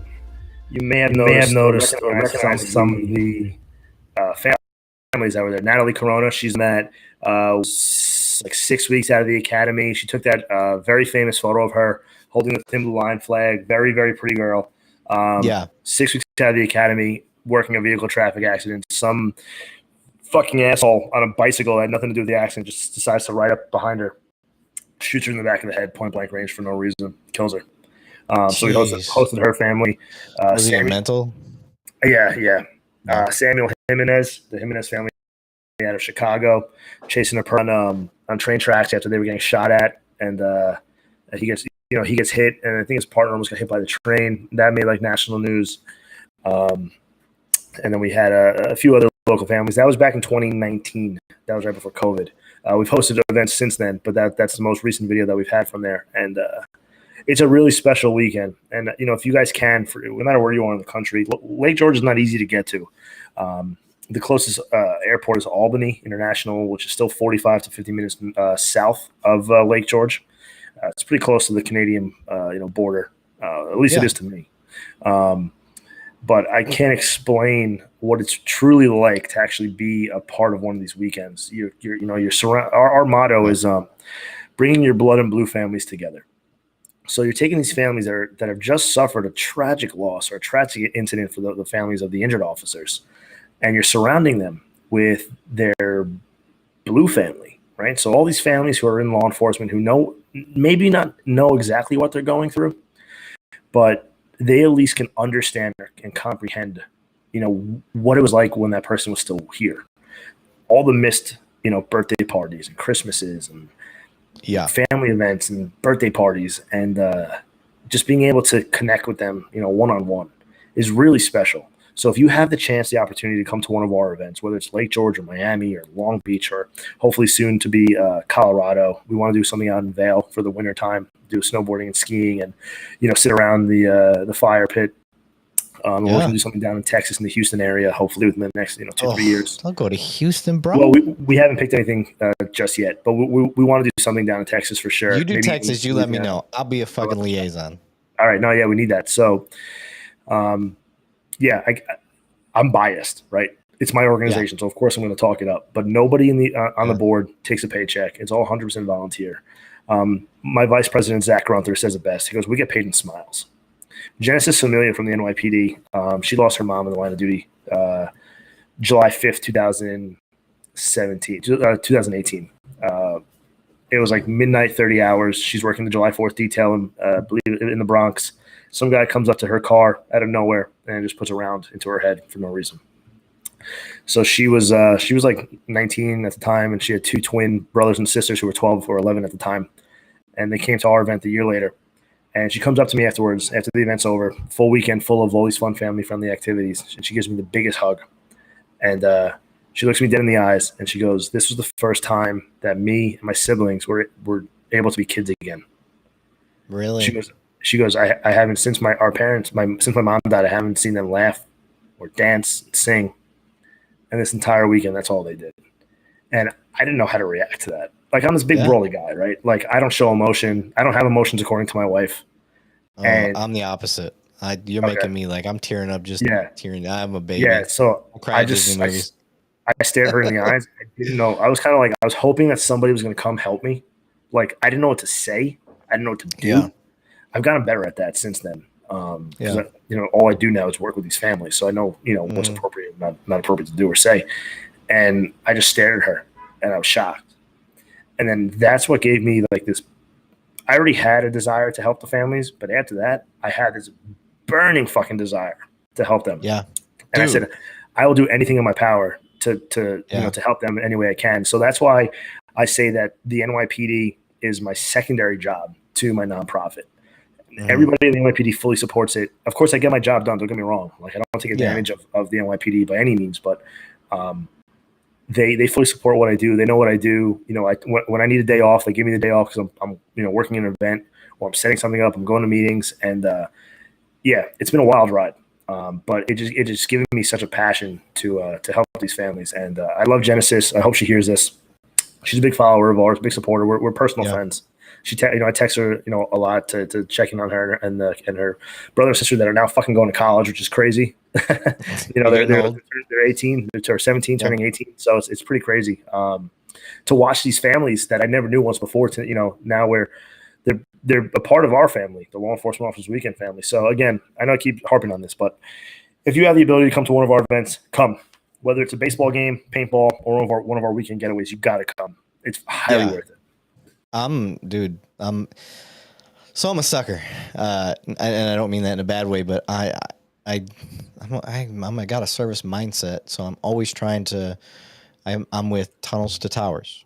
I'm with Brotherhood for the Fallen. Let me go to my webpage real quick and double check all of the shit that we've already put on there. The Wounded Blue. That's another great program. Oh, that's with what's his name? The retired lieutenant, right? Yeah. Okay. Losing his name off the top of my head. Yeah. I did a podcast with him. Shit. Randy Sutton. Yeah, Randy Sutton. I'm such an asshole. Sorry, Randy. So I got them on there. Brother for the Fallen. And so those are all the ones I got right now. And I'm going to, with your permission, sir, I'm going to add yours on there. Oh, please. That'd be phenomenal. Yeah. I'll put that on my... all the help that we can get to spread the word out there. Yeah. If you go to my 2 Cops, 1 Donut, I have a tab that's sponsors and charities. So my sponsors and charities are all on there. And if you are listening to me for the first time, if they're a sponsor, it's because I actually fucking believe in what they have. It's not because they're paying. Yes, they're paying because I've dropped 20 grand of my own money on something I believed in. And when you started saying that you got motivated after she came and talked to you, yeah, it's exactly what I went through with this podcast, because I had on my whole idea. We're going to go down a rabbit hole. So my whole idea was, I was like, you know what? I had this master's. I went and did my master's degree. My thesis was social media is an underutilized thing, and that police weren't using it properly. We use it as propaganda. Oh, look, here I am petting a puppy. Here I am playing basketball on the street with this minority kid, and like, it's bullshit. Don't get me wrong. I think it's good to have. It's a good part of what cops need to do online. As long as it's genuine. That's my big thing. Just don't stage shit. But on top of that, with using it, I just saw this huge potential. I'm like, we're just not using it right. So I'm like, let me prove. There's a big spider on my wall. Hold on. Yeah. Oh, we missed him. Fuck. Oh, I got him. Okay, that was live. Oh, I fucking hate spiders. Anyway, I killed it with my hand too. That's disgusting. Anyway, keep checking the wall. Fuck. All right, let me get back on track. So I'm trying to figure out, how do I use social media to make police work better? And the initial idea was kind of like, hey, there's a guy pulling on doors in the neighborhood. Let's post it on a Facebook group. That was kind of the initial idea. Yeah. And it took me about a year after I finished my degree to figure out, how was I going to solve this problem? And I came up with a podcast idea. And I was like, you got cops doing this, dancing on TikTok. You got cops doing this, being funny. Officer Daniels, Officer Mike the cop, they killed it on that side of this. So they got this humanizing part. And then they actually coined the term. Killed it, but they both got suspended, which is crazy. Right. And that's where I learned you got to be careful. So, but the humanizing the badge part, and they got such an outpouring of support. Yeah. It's like, that's the people that hold the power anyway. And part of my thesis was the public. I did a survey, and the public was like, yes, our police need to be on social media. So if they say we need it, police think we need it, we need to be on there. Yeah. So how do I do it? What's a different way? What's a different approach? And how am I going to use it to help? Well, I came up with this premise: education and humanizing. I kind of combined the two. I was trying to do something that nobody else was doing. So I wanted really to focus on education. You said you were a street cop in New York. I wanted to hear what you did, how you did it. How did you affect crime? People don't know that. These guys down here in Texas, these citizens that listen to this. So my idea was to educate the public. What ended up happening was I ended up educating officers more often than not. Yeah. So I had an officer on that talked about his officer-involved shooting. I don't typically try to do stories. Like, everybody's doing stories, and I want to have my own niche that doesn't infringe on anybody else's stuff. But I'll have stories occasionally. So I have the story. He talks about his shooting. Well, he has a PTSD moment while he's telling the story, and he thought he was past it. And Bruce Anderson episode, if anybody's wondering. So Bruce gets on here, and not only does he talk about, what he went through, has moments, and he talks about that he's on medication and that it's okay to not be okay. And he admits that. He's like, I'm not okay. He's like, but I'm on medications and I'm able to get through. And I'm, so it was this very real moment. But what you reminded me of when you said you got motivated was, I had an officer from Washington, the state, and an officer from DC, Capitol Police. One said he was showing clips of it to his roll call. That was in DC. And then I had an officer in Washington, the state, say, I've been fighting. He said, I was fighting my inner bitch. That's how he worded it. But he's like, I didn't want to be on medication. He's like, I just hate medication, the idea of it. He's like, I thought I needed to be strong enough to get through it. And he's like, after I heard Bruce's episode, he's like, I realized some things I need help. And this may be the help I need. So I got on medication. I wanted to thank you guys. Oh, wow.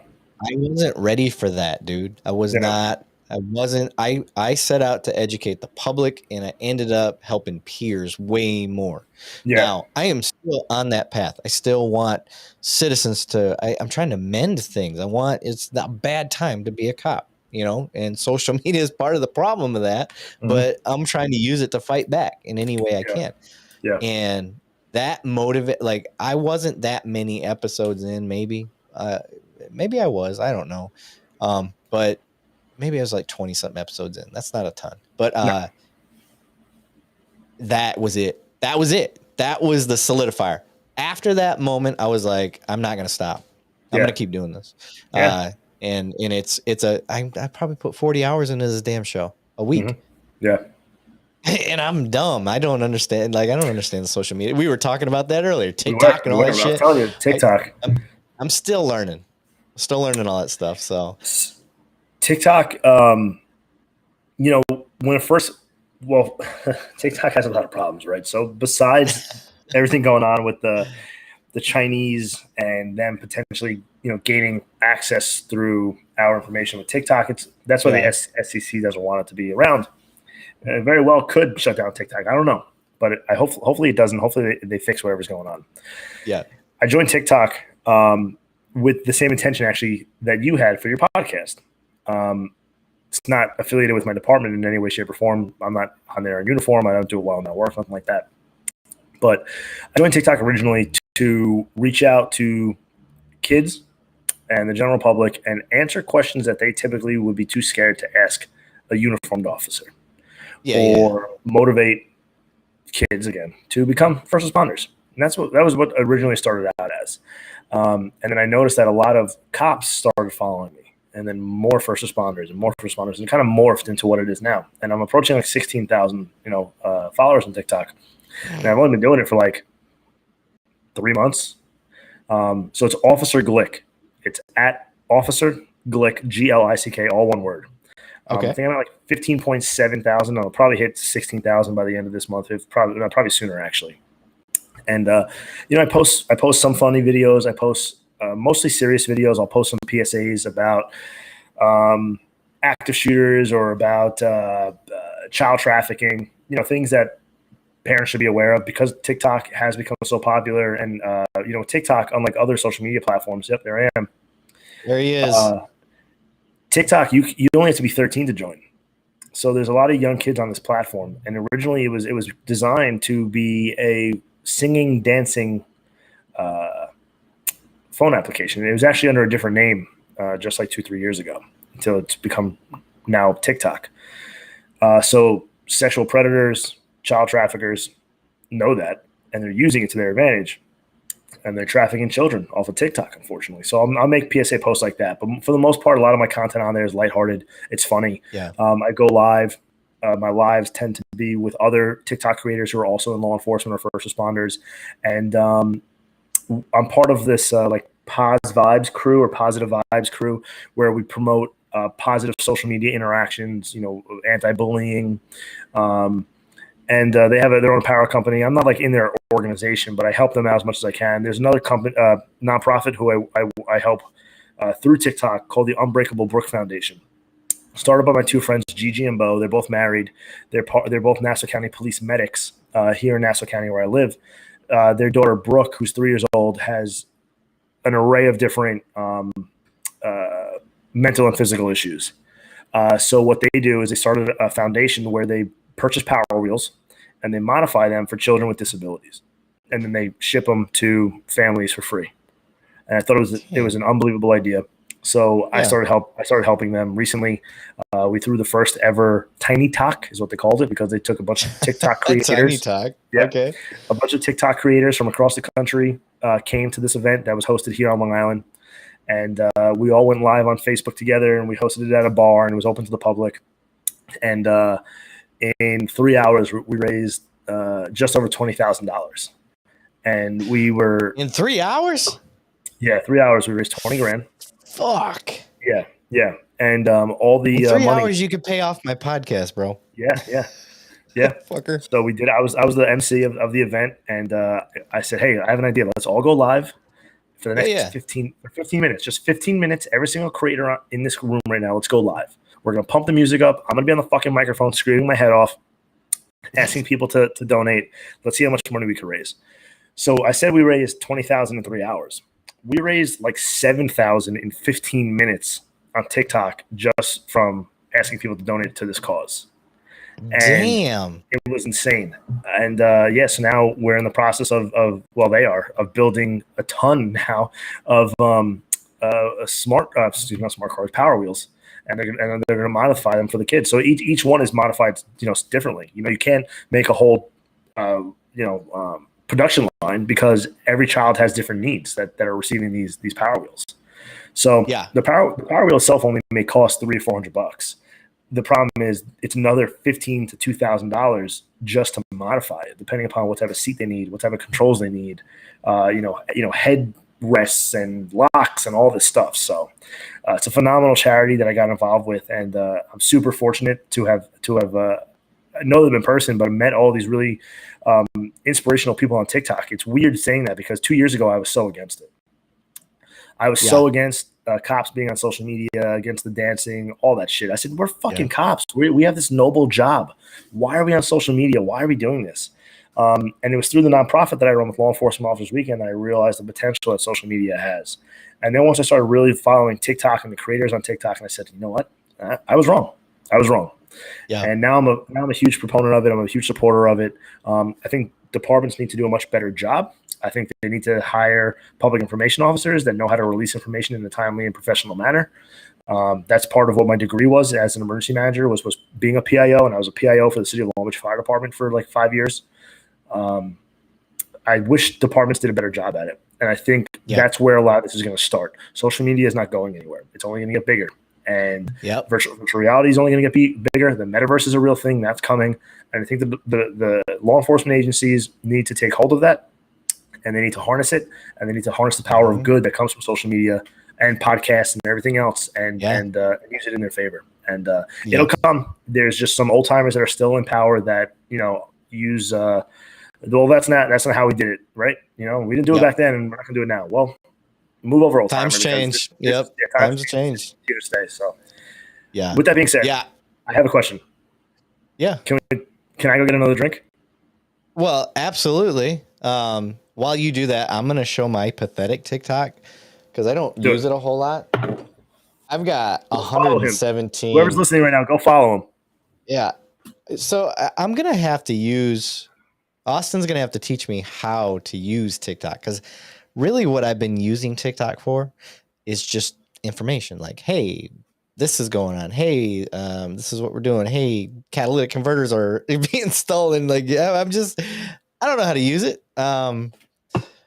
I can do funny stuff and whatnot, but that I don't know. Like I said, I'm not sure exactly how to utilize TikTok. So now that Austin's back on, he doesn't know he's agreeing to this yet, but he's agreed. I was gone for 6 seconds. He's agreed to teach me the ways of TikTok. So after this, I'm just gonna have to pick his brain. The almost, we'll say 16,000 followers that I have, that's nothing compared to what most of my friends have. I have friends on here that have 500,000, 1 million plus, followers. Paul Lewis, who was our first ever guest on the Muster Room podcast, which I'm sure we'll talk about in a minute. He has 1.3 million TikTok followers. So he's on TikTok as Paulie Paul. He's probably one of the most famous police officers in the country. And he got look him up. You may have recognized him. Paulie Paul or Paul Lewis from the Where WEARE. Spell Paulie. It's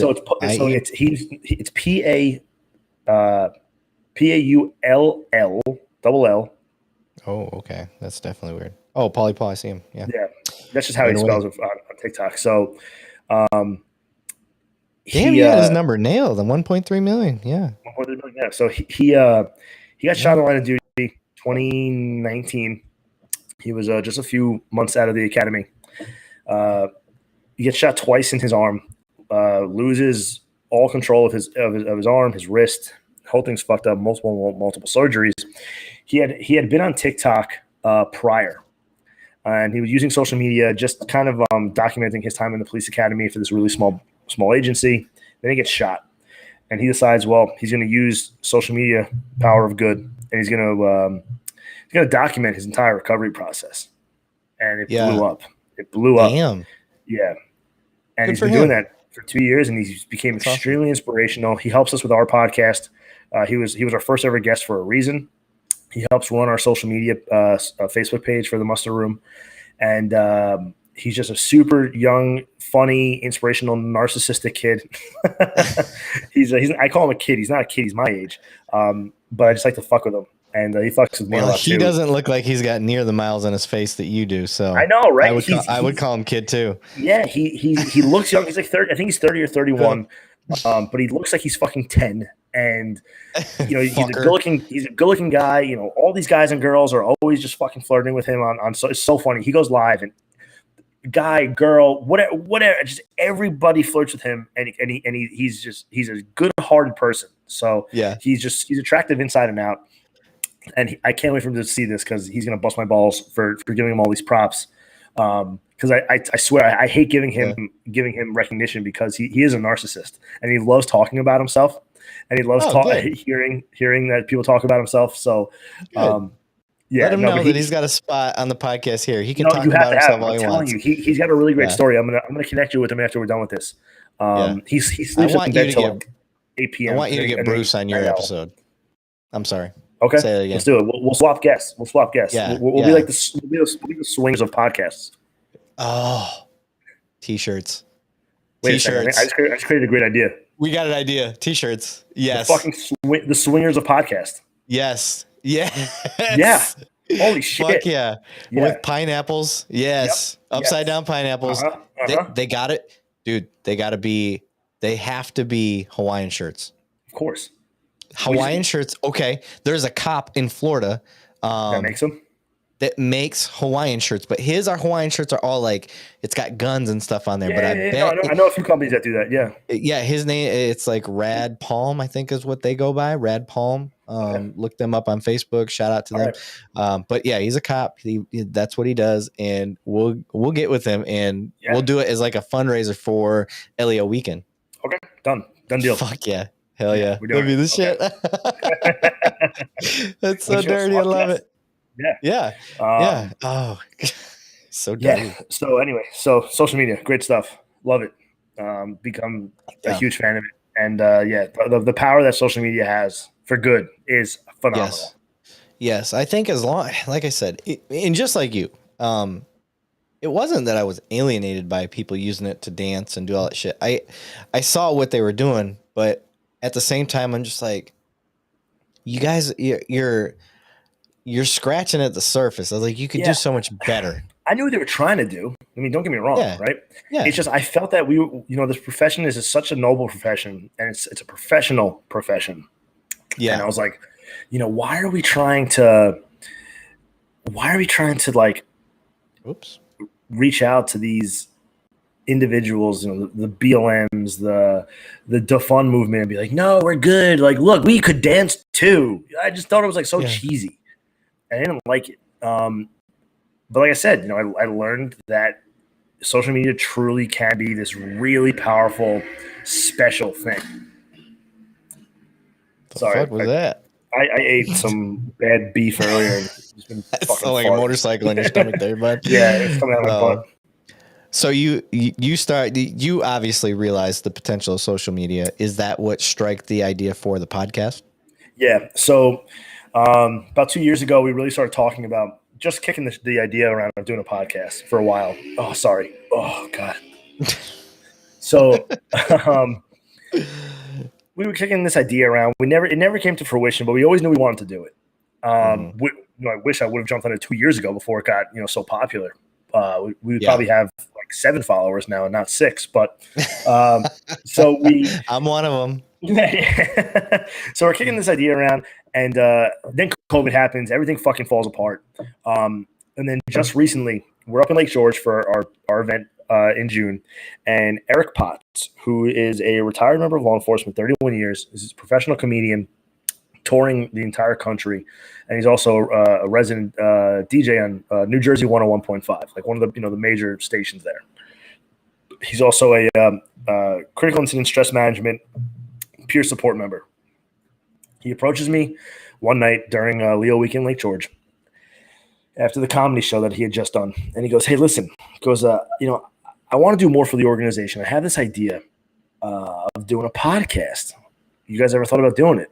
And I said, no way. Like, yeah, we've thought about doing it. And he goes, how would you want to join me on this venture? You and I will be co-hosts. We'll, do it through LEO weekend or however, we end up coming up with a contract, and we'll donate to nonprofits, and we'll host a podcast, which eventually became the Muster Room, with the idea of interviewing not just law enforcement officers, but interviewing first responders who have dealt with critical incidents and it has caused some type of mental or physical disability. So it's a mental health podcast more than anything else, but we don't really focus it as a mental health podcast. It's a bunch of cops and firefighters and EMTs in a room shooting the shit in a cigar lounge, talking about a critical incident and how it fucked them up, right? So again, both mentally or physically. And then the main part is how'd you overcome it? What did you do to get from point A to point B since that incident? And we kind of dissect it. We do not Monday morning quarterback the incident because there's no point to.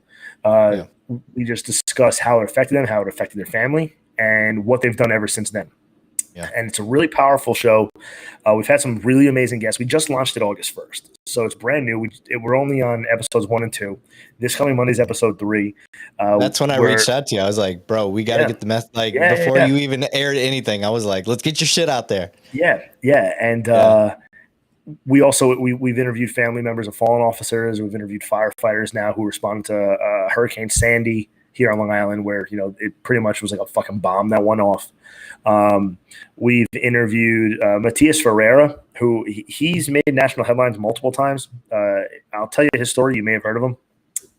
Matias was a Marine in Afghanistan in 2011.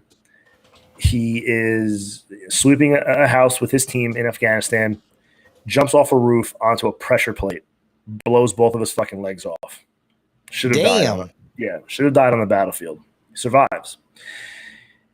Gets 2 prosthetic legs, learns how to walk, learns how to run, jog, all that shit, right? Which that alone is a phenomenal feat, right? No pun intended feat. What's his name again? Matias, Matis Ferreira. Okay. So I know that name, dude. Well, so he loses both of his legs. He goes through the whole recovery process, has 2 prosthetic legs, goes, I'm going to be a fucking cop. And I go, yeah, fucking right, dude. You don't have any legs. Goes, I'm going to do it. Becomes the first ever double amputee police officer in the United States. Dude. And he does it here in Suffolk County, Long Island. This was back in 2000 and I want to say like 2011 or 2013 or something like that. Okay. And we had him on our show, and we talked about his recovery, and most of the time it was him just talking about just staying positive. Like, he never let the injuries get to him. Even the day after waking up and finding out that he just lost both of his fucking legs, he was like, I don't care. Like, I'm alive. Yeah. Whatever. My legs are gone, but I'm alive. And he's just used this motivation, and he works with a bunch of other nonprofits, and we hosted him at a Ranger game a few months ago where we put him on center ice, and he shot the puck. He fucking missed like a loser that he is, but it's okay. And and whatever. He doesn't have any legs, but whatever. He could have hit the net, but he didn't. And he's just such an awesome dude. And now he does inspirational speaking to veterans that have also become amputees. And he's telling them, like, guys, like, if I could fucking do it, so could you. Yeah. And now I think so. He was the first ever double amputee police officer, and I think since then there's been like 2 or 3 more, and he's met every single one. He's an awesome works at my department. Dude. Oh no shit! So then they know each other. Yeah. So small world. And I just learned about it not too long. I remember hearing that a double amputee was going to apply to the department, possibly. Yeah. And that was the last I heard of it. And then the next thing I know, somebody said that he had made it, and or he was already out in the streets. And I was like, oh shit. And I reached out to him, and I feel so bad that I can't remember. I never met him in person. You don't see all the, how it is. You got a big agency as well. Yeah. So I don't know him by name. I was looking for him. I know I messaged him on here before. I was going to find his fucking name, but I was hoping it would pop out at me, and it's not. But anyway, that's not him. Yeah, so I plan to have him. I will get him in touch with you, dude. We're such podcast swapping Swingers, whores. man. We are swinging our way through these podcasts. Maybe this is him.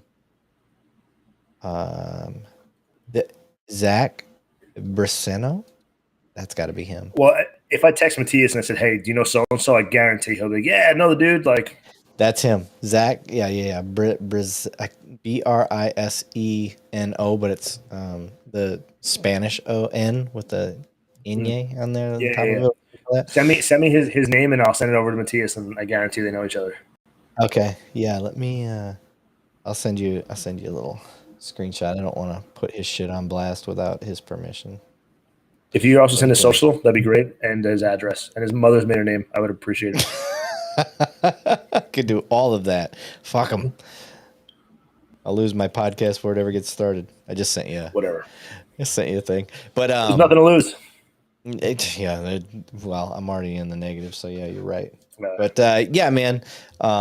Okay, so I love what you're doing. I had a firefighter out of Boston area, Keith Hanks. That's another guy. He come on, and I've actually unintentionally, a lot of PTSD things have popped up and been talked about on my podcast.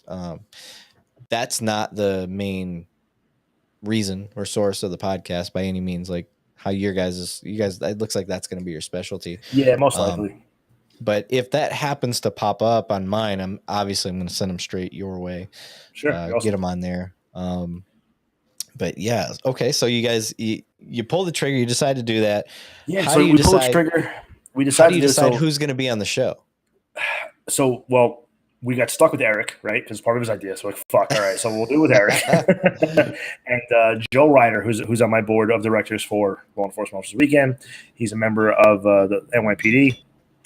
And he's a huge social media, photography, videography buff. You're out. I'm out. You're out. They gotta send you a new one. I got that left. So they gotta send you a new bottle. Because we know they're listening. So I bought that one. So yeah, you guys owe me, America. Yeah. Joe has all the equipment already. We didn't have to buy a single thing. Joe has it all. So you fucking asshole! Yeah. Don't tell me that shit. Well, I'll be honest. We did buy some extra microphones and I think another headphone. Let me guess. You got the Shure mics and all that shit. He's got top of the line stuff. All top of the line stuff. You. I'm over here on pod mics. They do. He's got the newest mixer that everyone's talking about. Rodecaster Pro. Number 2, I think it is. Yeah, I got the 1. Yeah, so he's got number 2, which is all these cool fucking let's say Christmas tree lights up. Yeah. So he's got that. That's what I want. So we've probably only spent, I'll be honest, maybe less than $1,000 total on all the other additional stuff that we need. And he has all of his own camera equipment and all that shit. So we knew we had everything we needed to get this thing going. Then we found a location, the Smoking Shields headquarters, based here out of New York. They have chapters all across the country. They're a law enforcement cigar bar, and they've been gracious enough to allow us to use their facilities to host everything. And through Law Enforcement Officers Weekend and all the connections we have, we've reached out to all these officers who've been injured in the line of duty, the families of those who've been killed in the line of duty. I'm actually wearing this shirt right now. This is Artie Lopez from Nassau County, killed in the line of duty in 2012. Was trying to apprehend a carjacking suspect who fled from New York City. He was a member of ESU, the Emergency Services Unit. Stops the guy. The guy shoots him point blank range in the chest, kills him, and then takes off. And down the road, hijacks another car and shoots the old man that was driving that car and kills him. And then the NYPD and Nassau County teamed up and they hunted this guy down, arrested him. And he died in jail in 2019. But I had Artie's sister, Chara Lopez, on the show recently. So we release a show every Monday. So we had these really unbelievable stories with these guests it's super emotional. Chara was crying half the episode. And we were crying, and it's just a really special show. themusterroom.com if anybody's interested. So Paulie's episode already, we only released it 4.5 days ago, and it has like 1,200 views on YouTube already, which is a lot, I think. So I'm not really into podcasts. Well, clearly I'm not into podcasts, and we just started it. I was told that if you get like over 28 views your first week, you're in the top 50 percentile, which I thought was like, what? Only 28? That's crazy. Yeah. You have over like 75, you're in the top 25%. And if you have, like 100 plus, you're like in the top 10% of podcasts. Yeah, I didn't know that either. And I had been going for a year. You and I talked, and you're like, these are the numbers. And I'm like, dude, I get 200 downloads in a week. That's you're doing great for the podcast world, which is crazy because like if you compare, so all I've known, right, is like Facebook, Instagram, TikTok. Those algorithms don't typically detect just one view. Like on TikTok, somebody could watch my video 10 times. It counts as 10 views. On podcasts, you can only download the show once. Yeah. If you watch it on YouTube, it only counts for one. So YouTube and downloads are going to be significantly less than those on Facebook, Instagram, and TikTok. Yes. So if you're getting 200 plus views an episode, that you're doing really well. Yeah. If you're getting, 30 to 40 subscribers on YouTube every week or two, you're doing really well. Yeah. But it's almost disheartening because you're so used to seeing these massive numbers coming off the other social media platforms, and then you're looking at YouTube, and like 1,200 views on Paulie's episode in 4.5 days is substantial. But to me, I'm like, the fuck? That means nobody's watching because I'm used to 350,000 views on TikTok. Yeah, I'm the same way, dude. I'm like literally, I look at my YouTube and my goal the whole time, and most of my audience is listeners. It is not video. I understand that. But since I started, I'm like, I just want 1,000. That's my goal. That has been my mission since day one, 1,000 YouTube subscribers. And it is the slowest creep ever. I'm not even at I think I'm at 779. Okay, you're getting there, man. I think we're up to like 50 right now. I mean, we just launched 4 days ago, but it's tough, dude. It's really tough. People, and a lot of people, since you and I got on here, I'm at 781. So I've got a couple subscribase. Thank you, guys. You're perfect, dude. So appreciate tough, it, man. You base like everything you do on the analytics, right? Of how many viewers you're getting each week. Like, fuck, what did I do better last week than compared to this week? Why do I have less or more viewers? And you're trying to find that sweet spot of, when do I release my shows? It's people don't understand the amount of time and effort that not only goes into producing a show, right? Like what we're doing right now. Yeah. But like how many hours did you and I spend together last time and earlier today just trying to get this set up, right? Just because I didn't want it to go out and be garbage. And I told you, I was like, dude, people are not going to, like, this ain't going to fly. The amount of time and effort goes into the logistical planning of the shows. The amount of time and effort that goes into the advertising. The amount of time and effort that goes into the pre-show buildup of trying to launch like little clips here and there on TikTok. 20-second videos. For me to make a 20-second video. So what I was doing to get all these views on Facebook or really on YouTube, I was taking a 20-second clip of the Paulie Paul show where we interviewed him for like an hour and a half, breaking it down to a 20-second clip and just showing it on my page. That 20-second clip, to edit it, to put the text message, wording on it, 2 hours. Yeah. Yeah. For a 20-second fucking video. So imagine doing that for multiple videos. Like nobody understands unless they truly do it, how much time and effort goes into this. Like when you're making, hold on. Let's stop.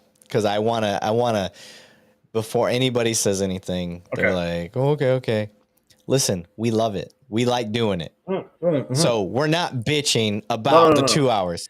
No, we like doing it. It's fun. That's why we're doing it, because it's fun for us. Yeah. It's fun. And it opens your world to all these amazing individuals. Yes. So as much as it sounds like I hate, when I feel like I'm like trying to like, feel bad for us. No, don't feel bad for us. We love doing it. Don't feel bad. We also are trying to educate you on like, look, like this isn't as simple as it seems. And all it takes for them to do is click the fucking button. Click the fucking follow button. Click the share. It is so fucking simple for you to click the follow and share button for 2 Cops, 1 Donut. Right there. Okay, that's all I'm asking you to do is click, subscribe, share, and like. That's all you have to do. While he and I are over here busting our fucking ass for hours each day to put on a show for you to make it look and sound awesome, all we ask for you to do in kindness is click the fucking share and subscribe button. Okay? Thank you very much. This has been a PSA brought to you by me. That's not usually the approach I take. I'm like, hey guys, this is what we got going on. This is what I've done. And if you could, I humbly ask you to take 30 seconds out of your time to click this link I provided and just hit subscribe. And you're way more humble than I am, because when I do that, because I have watched so many videos where they're like and subscribe, and I'm like, why the fuck do they say that so often? And I still, to this day, I probably don't say it enough. I just, because I don't want to bug people. I feel like I'm being a burden, or I'm being annoying. So I try not to do that. I don't think you're being a burden. I just think it repetition. It's repetition. You tell somebody one time to do it, they don't do it. You ask them 3 or 4 or 5 times, they don't do it, and then the greasy wheel gets the grease. Oh, excuse me, the squeaky wheel gets the grease. So eventually, they're gonna click like and subscribe. And if they truly believe in what you're doing, if they truly appreciate the work that you're doing, because this is art, right? Just us sitting here talking, it's not easy. No. How long did you have to do your research on me, on Leo Weekend, on the podcast, on learning who I am, to ask specific questions? It takes a lot of time. So all we ask is just for people to like, subscribe, and share. That's all we ask. Yeah. I'm and I've kind of prided myself in trying to be raw. Like I don't do, like I didn't prep you as far as like, all right, this is exactly, I don't do that, because you probably should have, because it would have went a lot better. No, I like the conversation to be organic. I'm kidding. Yeah, I know you are. I'm saying I just like organic. That's what I go for. Oh, and before I forget, not Keith Hanks.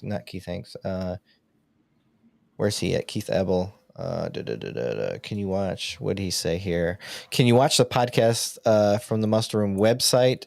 He's on Twitch. He's on Twitch. Okay. So he's wanting to know if you have a Twitch. No, so we don't have Twitch. It doesn't get streamed live on the site. You can actually listen to it from the site. So there's built-in audio. So if you go to any of the episode pages and you click it, you can listen to it right then and there. But if you want to watch the actual episode, we use different camera angles. We also ask the guests to come every time they come in. So we do our show a little differently. We have our guests actually come in live, and we interview them face to face as opposed to doing it over the internet. So we ask them to bring in. No, sorry, we ask them to bring in.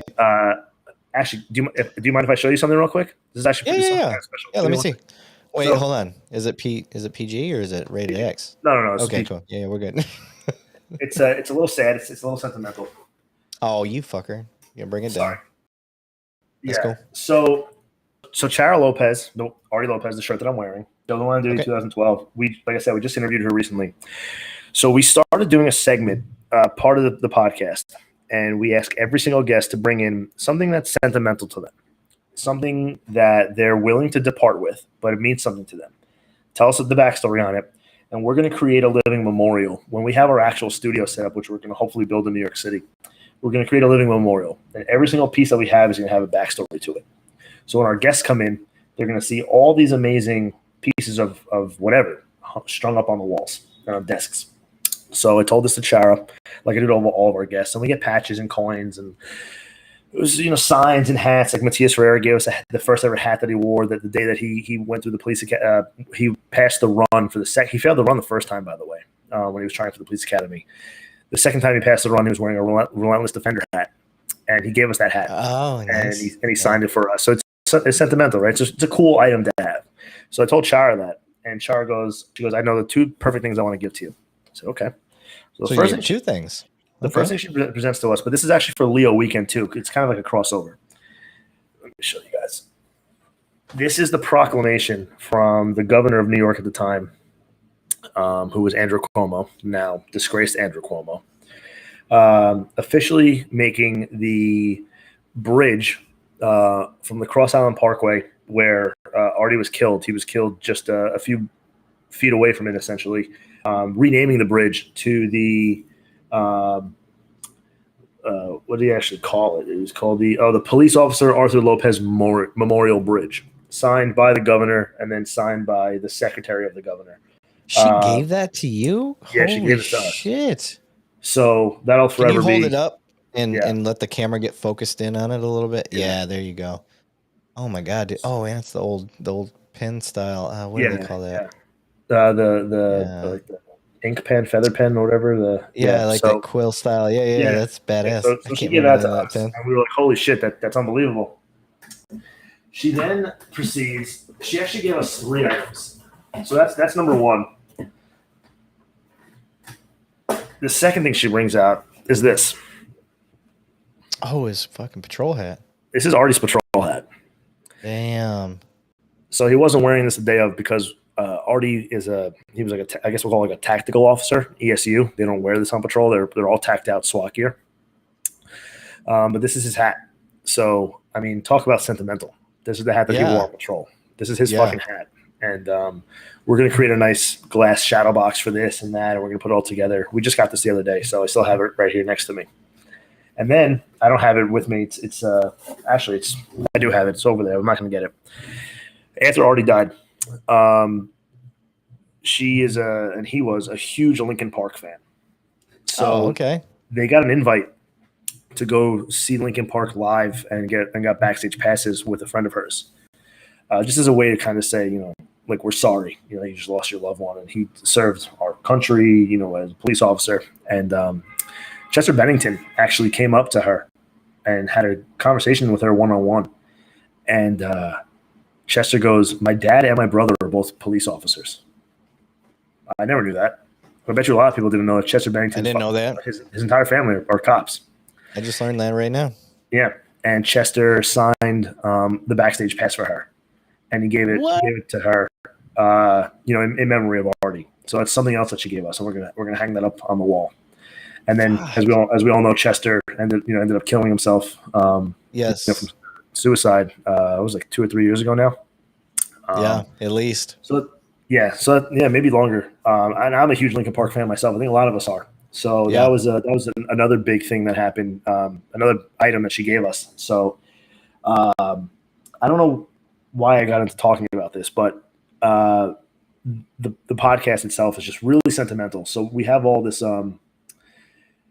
That's a cool. So for those of you can't see, Keith just said this has been a really cool podcast. So Keith, I appreciate that for sure. I know Eric. This is the first, bro. I've been avoiding doing live just because I'm nervous about dumb, It depends. It depends on the guests, and it depends on what people are going to come and say. But I'm sure you probably have ways of moderating it too. Yes, but because you got a podcast and all that stuff, I trusted that this was going to go just fine. So that's what we do. So we ask all these people to come in. So there is the reason I brought that up is that there's a reason that we also film our podcast. It's because we're showing these really cool items that these guests are bringing in. So no, you cannot watch the podcast on our website, but you can listen to it via the website. I believe it's through either Apple Podcast or through Spotify through the link right there off the website. And for those of you that want to watch it, you could go to YouTube and just type in The Muster Room, and it pops right up. I think we only have like 50 subscribers so far. We literally just started. But if you guys don't mind subscribing, we'd appreciate it. And if anybody's in this room watching who is already a fan of The Muster Room and you're watching it because of The Muster Room or from Law Enforcement Officers Weekend, please like and subscribe to Two Cops, One Donut. Thank you. I had to, by the way, just real quick story. I told somebody I was going to be on your episode today. And they're like, "Oh, cool. What's the name of the podcast?" I was like, "Oh, it's called Two Cops, One Donut." And they were like, "Two Cops, One Donut." They were like, "What is that about?" I was like, "Well, sit down. Let's have a conversation." Let's have a conversation. Yeah. I was like, "Do you remember back in the day there was a Two Girls, One Cup?" Yeah. And she was like, "Oh my God." Like, no, ew. I was like, why would they name their show that? I was like, "'Cause we're cops." I was like, "That's why." It was really funny. To be fair, to be honest, and this is total transparency. That's our new police word of the fucking millennia. So, full transparency. Yes, I was fully aware of the 2 Girls 1 Cup thing, but not when I created the name.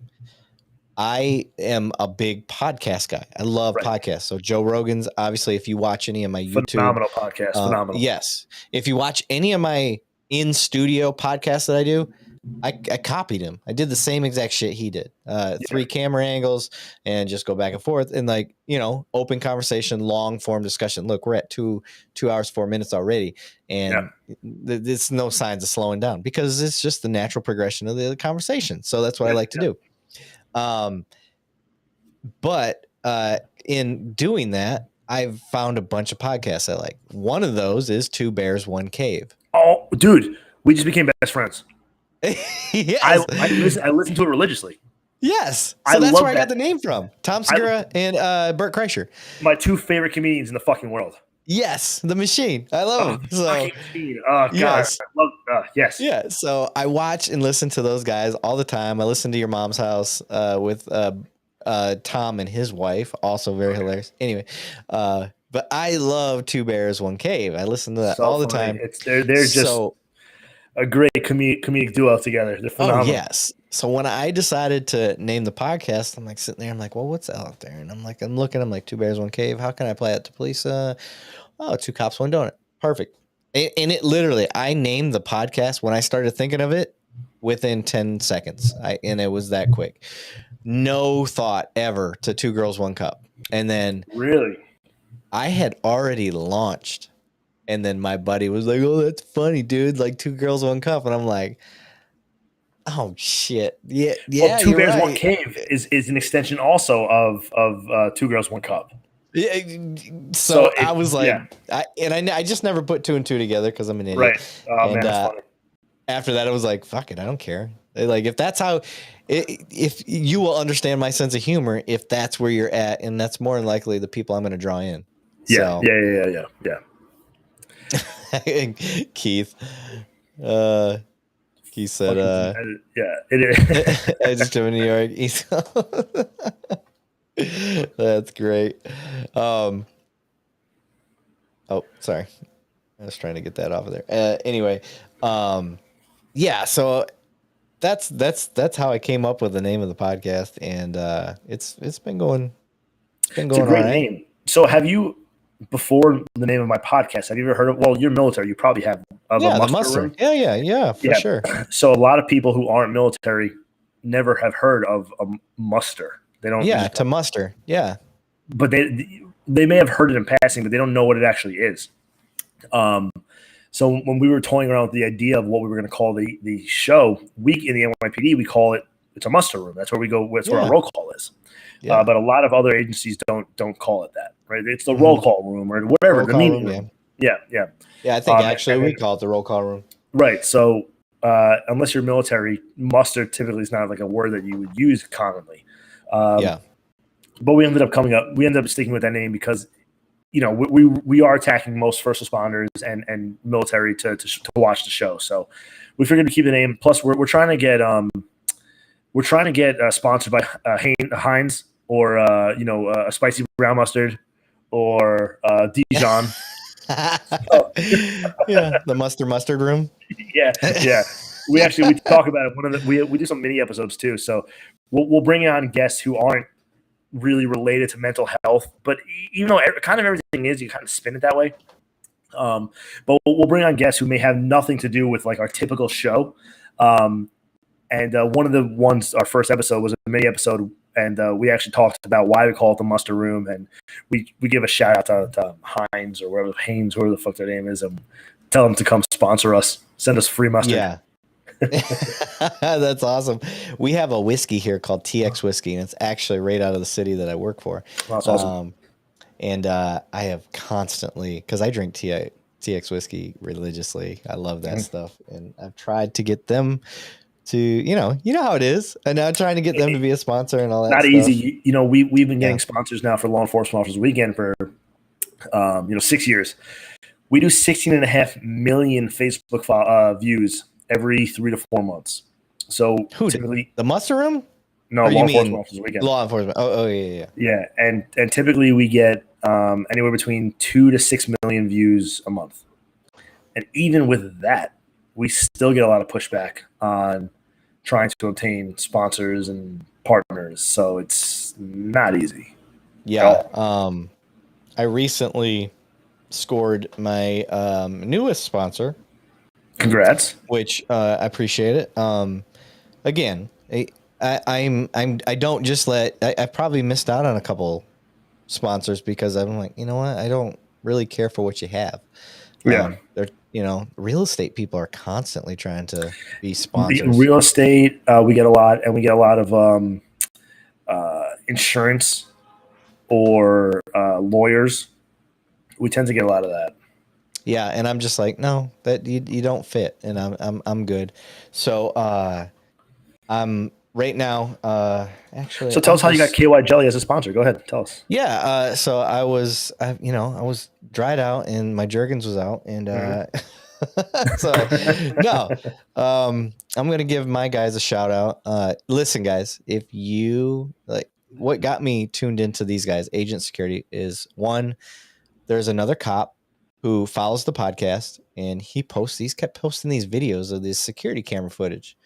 And so I'm like, God damn, this dude's got a badass security system. I message him. I was like, hey, I'm using Ring. I was like, but I can't stand it. Like, it drives me insane. It doesn't read plates. It's always delayed. It doesn't catch shit like right when it happens. I was like, it doesn't do what I wanted it to do. And I was like, what are you using? And then he's like, oh, well, here's the videos. And he showed me some more videos of like it actually zooming in on like a blade of grass and all this stuff. I'm like, dude, wow. This is legit. How did you afford that as a cop? And he's like, look, agent, this is who I got it through. It's called Agent Security. And they will do like this officer program where they come in and they will set your place up for free. You just have to post twice a week. Or I'm sorry, maybe it's twice a month on your social media that this is your security system. This is what you're using. And they're going based off of the premise of people want what cops are using. If cops are using it, there's a reason for it. Yeah, and that's 100% legit.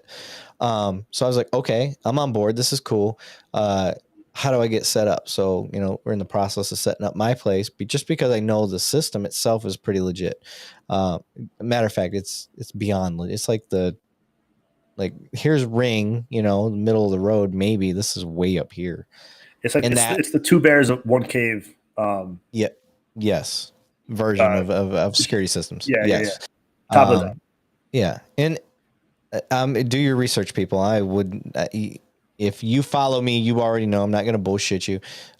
This is legit stuff. And I was like, damn, dude. This is nothing to do with sponsorship or anything. I was inquiring for my own self. I was like, all right, cool.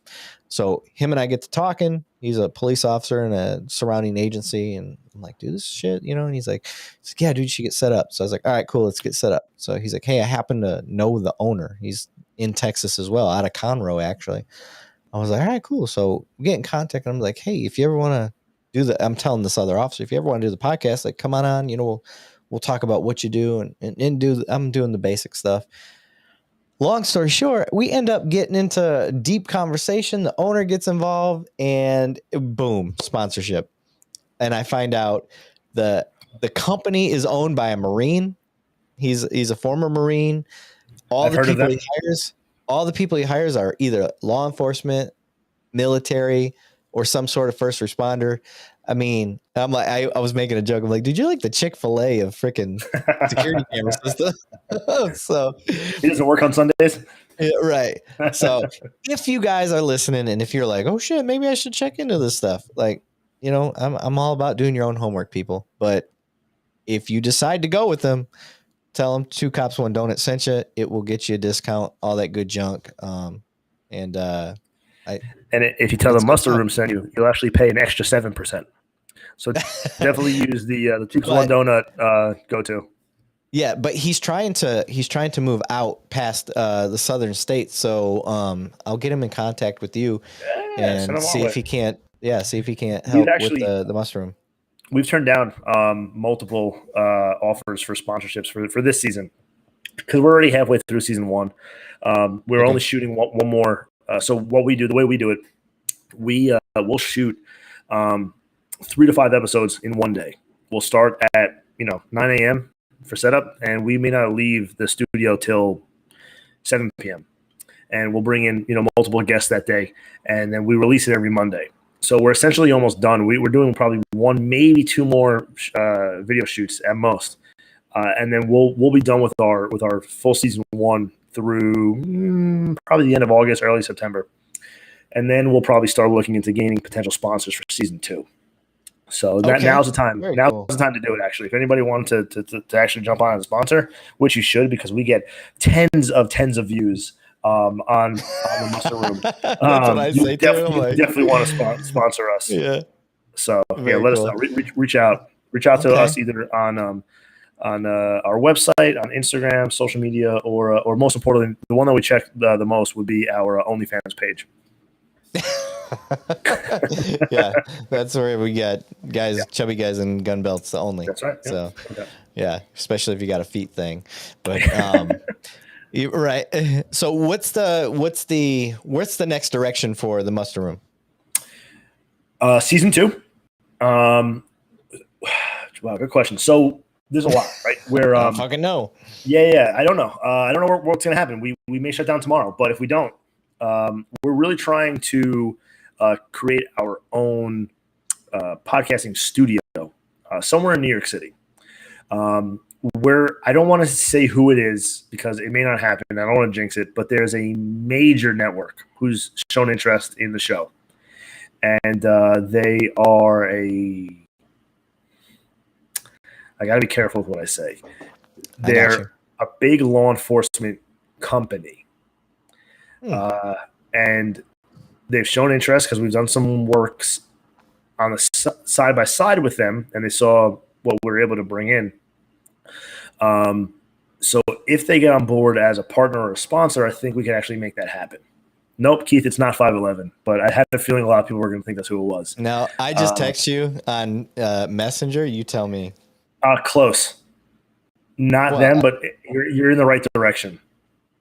I consider these two the same. You got the one you just texted me. Yeah. Yep. So you're definitely a detective because I was right. You hit the nail on the head on that one. So yes, it's them. We're hopeful that we're going to create some type of partnership or sponsorship with them, and then we'll see where it goes from there. Well, who knows? And then if that's the case, then we'll take it from there. If not, we'll gain enough sponsors where we're able to create this studio, like I said, with this living museum, and we want to fly in, guests from across the country who have some really fucking incredible stories. We've had people reach out to us from across the country, and I know if I don't want you to take offense to this. Okay. I've never been a big fan of podcasts that do over the internet. But I'll be honest, this one is a hell of a lot better than ones that I've seen because, the issues that we have, they lag, or there's that you don't get that banter of that interaction. Yes. But this one has run so smoothly that I actually almost feel like I'm in the same room as you. But most other podcasts aren't like this, so I'll give you the credit for that 100%. Thank you, buddy. No problem. So we wanted to, from day one, we always said, well, we want to have our shows, quote unquote, live with the guests, where we'll even pay. I've paid out of pocket to put up people in hotels already. So hopefully, we're able to secure a studio and we're able to bring in these guests where we can have these really amazing conversations, because we've already been reached out to by these people who have seen Paulie's episodes, or seen the episode where we had Detective Ron Thomas from the NYPD with E8, the Employee Assistance Unit, and his canine partner Piper, and their specific job is to help officers. They're one of the only canine teams in the country that are specific to law enforcement PTSD and just crazy stuff, right? Just go watch the show. You'll see what I'm talking about. And they've watched these shows and they're like, oh, hey, this is what I do. I want to be on the show, and yada, yada. We even had the retired engineer from an FDNY boat that had been decommissioned a few years prior to 9/11. They were working on the boat for essentially a museum piece, and 9/11 happens, and the boat gets put back into commission through the FDNY, but there were all civilians on the boat, running the boat, pumping water to ground zero. It's like that story alone is like this wild story. And they're ferrying people across from New York to New Jersey, after essentially the world had ended down in lower Manhattan. So all these crazy, crazy stories that we're trying to get out there and talk about the mental health aspect of it and all this other stuff. So that's the main goal is to try to reach as many people as we can, but to do it in a really professional setting, somewhere in New York City or somewhere, in the metropolitan area where we could have our own studio and a room where we create this living, breathing museum where every single piece that's going to be on the wall and on the stanchions are going to have their backstories as to why this piece is there, why this important piece of whatever, even the smallest backstage pass from Chester Bennington up to the fucking hat of a dead cop, and everything in between, right? So that's the goal, and hopefully we're able to make it happen within the next year or so. That's what we're aiming for. You mean basically you don't want to stuff people in a tiny ass man cave inside somebody's? Dude, but it looks awesome. It takes us hours to set up and break down where we do it right now at Brook and Shield's headquarters, right? Like I'm in my own fucking apartment right now. So, I would love to have a space where I could just set up our own stuff, but we don't. We just don't have that ability. So, hopefully it comes to fruition, Yeah. To tell you how nerdy I am, this is how my room looked. I just added this table. It's perfect. That's how big of a dork I am. Yeah. But what is that? Every podcast studio is like that. You have these just random shit like all over the wall and on the floor. And I mean, it's perfect. I wanted mine to reflect my personality. I'm a nerd. I love Star Wars. I am so into Star Wars, and it's not. That's not a fad for me. Have you gone to Disney? Have you done the whole Star Wars experience yet? Don't get me started, dude. I want to get you started. Let's hear it. We were supposed to go to Disney this year. My wife she's graduating nursing school in December. So she's going to become a nurse. And cops and nursing together. I've never heard that before. Yeah. Well, I was just getting ready to say, because I know that story, cops and nurses. My wife and I have been dating since 7th grade. Wow. So she's it, she's my Lord of the Rings, one girl to rule them all. So been with her for that long. And she had never shown any interest in any career. She just done these odd jobs here and there while she supported me doing what I did with military. I was a cop in Michigan, then I became a cop down in Texas. So she was there the whole time. And then one day she came to me and she's like, "Hey, thinking about being a nurse. I want to deliver babies and stuff like that." I was like, awesome. Fucking go for it. You've supported me my whole career. I'm in. Let's go. And she's like, yeah. I was like, yeah, let's do it. And she's like, well, it's going to be expensive. I was like, do whatever you got to do. So this girl hadn't touched school. We're both 39. She gets in at 36, I guess it would be somewhere in there. And she hadn't been to school since high school. And she goes in and kills it to the point where after semester 1, she had full ride scholarship. Wow, that's awesome. Yeah, dude. So we've paid barely anything out of pocket for her to go to school. Anyway, she knew she was graduating in December. She took the summer off, knowing that she was not going to get a chance to take any family vacations, right? So she's like, we're going all out this summer because the kids are off and all that stuff. So I was like, all right, where are we going? She's like, we're going to go to Disney and then we're going to go to Barbados. Or actually, I think it was Turks and Caicos is where we were supposed to go. I was like, all right, bet, let's go. And I'm in. And my oldest, who's 13, was like, I don't want to go to Disney. I'm too old for that. I'm like, what? Fuck, and what? I know from experience. Yeah, I know. I know from experience as a kid, you take a kid at a place they don't want to go, you're going to waste your fucking money and they're going to bring you down. So I was like, you know what? I talked to my wife. I was like, let's figure something else out. And we kind of came up with the idea together. I was like, you want to do split vacation this year? You take the youngest, she's 10, Cambry, and I'll take the oldest, and we'll do a family vacation, but we'll also do our own little split. And she's like, yeah, let's do that. So me and the oldest go to Montana and ride horses for 6 days. Amazing. And then her and the youngest go to Disney. And then we did a family vacation to Barbados. So we spent a shit ton of money to go on vacation, but we knew we weren't going to be able to go on vacation for a year or two anyway after that. So it was It was worth it. But I'm the gonna put next this in time, the most polite way possible. what's I might that? have to fight you. I think I'm gonna have to fight your daughter. If she's saying that 13 years old, she's too old for Disney. I I'm know. gonna have to fight her. I'm gonna have to I fight her. know. Trust me. Because we've throw been these Disney like hands. 4 times. And me being military, I get to go to Disney fairly inexpensive. So thank you. I love Disney. Again, you guys are worth my service. I love I signed up for the military for the Disney discounts. So Yeah, and you can't even use it because your 13-year-old daughter said no. I know, right? We're gonna have to. All right, when I fly out to Texas, because I think I'm gonna come to Texas within the next like 2 to 3 months, maybe. No either shit. the end of this year, end of this year, beginning of next year. Yeah, because we gotta start scouting out some areas for Leo weekend. So we'll meet up and we're gonna jump your daughter. Okay. Yeah, that's fine. Yeah. Fuck her up. She got it coming. So, I can't tell you, my entire friends group, my wife, myself, we are Disney fanatics. We absolutely love Disney. I can't wait to go back. We haven't gotten, of course, since COVID, but we just fucking love it. And I'll be honest, I'm not a huge Star Wars guy. I've seen them all, of course. Yeah, but even I want to go and go see. Yeah. And I want to spend $10,000 to go live in that spaceship for 2 days or whatever it is. Yeah, right? Whatever ridiculous amount they want, I'm in. Like something crazy, but I want to do it. I want to do it. Hell yeah, So you guys, let's do it together. Let's go to Disney. Let's do a podcast from Disney, dude. It's funny. Illegally, we probably can't do that, but let's do it anyway. Fuck them. I'll do what I want. Yeah. Set up a little table. The owner of this new sponsor, that's one of the things he wants to do. He's like, dude, have you considered ever doing it like on the road? And I'm like, I don't have the capability. He's like, well, what if I flew? He's like, what if I flew you to the places that I've got accounts set up? Because like I said, most of the accounts he does is through law enforcement and then it spreads from there. So I was like, okay, I'm down because we want to do the same thing. Let's go. Yeah. So yeah, I think it'd be legit. We drive down each year to Miami for our Miami event. So Joe, our producer / fellow cop, was like, hey, why don't we leave like a few days early? Instead of leaving, 2 days before we have to be down to Miami, why don't we leave 5 days early? Because we're on vacation anyway. He was like, why don't we drive?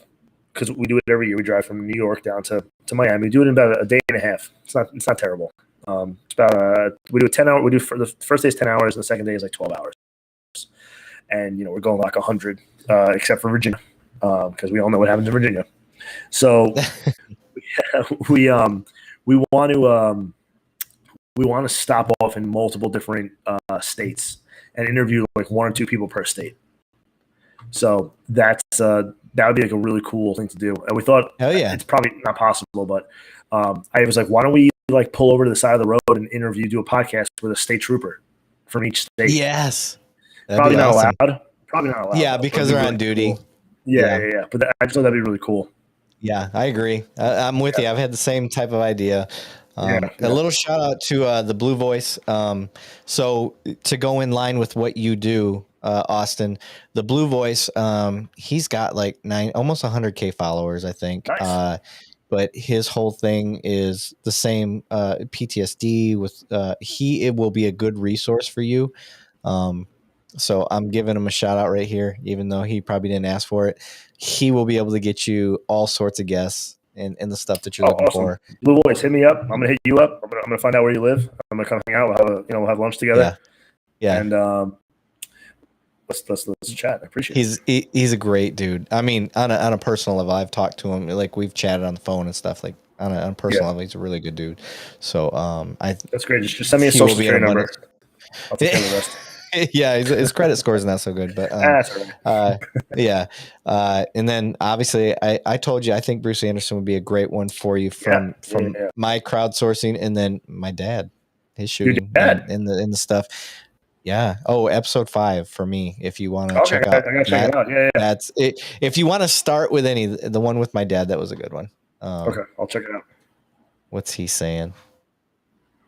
OU 812. 812. It's got to be some sort of hidden fucking message. I don't know what the fuck that means. 812. Oh, I don't know. I can't decipher. I'm trying to decipher it. I can't. Know. Maybe that's his social security number. Maybe. Oh, his social. He's laughing. Social. Okay, so you had it. You were right. I know it was close. What a dummy. He said, "Oh, you ate one." Oh, that's what it is. We're idiots. Oh, you ate one too. Oh, with that being said, time for another drink. Hold on one sec. All right, you go get your shit. I'm running low, folks. That's the end. Charles, you fucker. So if you are just jumping in, you are way late to the game. First live podcast ever for Two Cops, One Donut. I have done many breakdowns, videos, stuff like that, but I got on here with the Muster Room podcast, and they just got kicked off. So Austin has the Muster Room podcast. We got kicked off. We started talking together, and I was like, hey, dude, use my platform. It ain't the biggest, but I will help you get at least people from my crowd. And we started talking. And so that's what you're tuning into right now if you just jumped in. And this is literally first time I've ever gone live on a joint podcast. And we both were sitting there, and he's like, you want to go live? I was like, are you sure? Like, you want to do that? And I was like, he's like, yeah. Because he still works for his police department. I work for my police department. I was like, we just got to be careful what we say. And I think we've towed the edge, but we've stayed very good on what we've said. And I think it's working out. I've been doing this now for like 6 years. I know what I can and can't say. Yeah. I may get close sometimes, accidentally, of course. You know, I don't mean to do it. It's just you get into these conversations, and it's kind of just free flowing. And then you catch yourself. You're like, oh shit, I probably should really be talking about that. Yeah. But yeah, for the most part, I think my department supports what I do, and I just said who I do, what I do, and who I work with. I'm sure they support who you do. Yeah. Whatever makes you happy. Yeah. It's all about your happiness. You know what I do, or who I work with, and where we do what we do. So I think, you know, I can't wait till I'm retired. Internal affairs. Yeah, I'm sure. I know for a fact internal affairs follows me on all my accounts. Yeah, but it's okay. I cannot wait. My chief. This was the scary part. One day I went to an award ceremony, not for me, but went to this award ceremony, and the chief and the assistant chief were both there, and you know, shaking hands with them. Hey guys, you know, like, dude, both of them love the podcast, love where it's going. You're doing great. And I'm like, oh shit. And I didn't even know you. That means a lot. Yeah. I didn't know you were aware of it for one. So that made me nervous. And so me naturally, I'm like, if you ever want to be on, the assistant chief was more of a, nah, you know, he's like, hey, that's okay. You know, but the chief was like, yeah, I'll be on. Yeah. Just we'll get it set up. And I'm like, oh shit. That's awesome. Once the Chiefs on, like, that's it. Like, as long as I don't do anything dumb, like, I'm good to go. Yeah, you're good to go. Yeah. I don't know what it's like with you guys, with your department, but do you have anything in writing if you're allowed to interact with a known felon? No, not at all. If you wanted to befriend somebody who had been arrested prior and was a felon, would you be allowed to do that? Oh, absolutely. I told you that guy that I had that was wrongly convicted, he was still a felon. Yeah. Okay, so we can't. So within my department, we actually have guidelines where you cannot interact in most way, shapes, or form with anyone who had been convicted of a felony. You know, you can't have known associations with a criminal, essentially. Even somebody with misdemeanors, right? So you got to be really careful. How are you supposed to mend fences and bridges and fix? Not off duty, right? They don't want you having friendships with people who were criminals. I mean, it's not necessarily a friendship, but I'm sure a lot of departments are that way. But I've never. Maybe it's a rule and I don't know, but I've never heard that. So after we released a podcast last week, I had somebody reach out to me who you know, they follow me on TikTok. And they are a prior felon who has since been, I guess we'll say, reformed. Nice. And what they do now is they work with different law enforcement agencies, and they do anti-bullying campaigns, and they talk about PTSD and addiction. So he was like, I would love to be on your podcast and talk about my time in prison and talk about how I ended up there in the first place and how I've reformed and how now I do all this good stuff for the community. Yeah. And I said, fuck. I said, I would love to do that. Two of us are active law enforcement officers on the podcast. I don't know if we can do that. So I reached out to our legal bureau within the department, gave them a whole breakdown of what we do and who I am, and they already know who I am through my other organizations. I said, this is what I want to do. Yeah. And I gave them a whole breakdown of what we want to do and how we want to have this, ex-con come on the podcast. And they wrote me an email back actually yesterday. And they said, they broke it down essentially saying, as long as I keep it as a professional relationship and it doesn't go anything further past the podcast, meaning I can't go out to lunch with this guy. You're not going to having a beer and all that shit. Right. Yeah, I'm not going to hang out. I'm not inviting him to my home. Then yes, you could do it. So I'm actually really excited because I've always said I want to pick the brain of somebody who's been incarcerated for not like a bullshit arrest. I want to pick the brain of somebody who was like a true diehard felon. Yes. Somebody who said, fuck the system, fuck the world, fuck society. I'm going to fucking do whatever I want. I'm going to kill somebody. I'm going to sell drugs. I'm going to do whatever I need to do to survive in this world.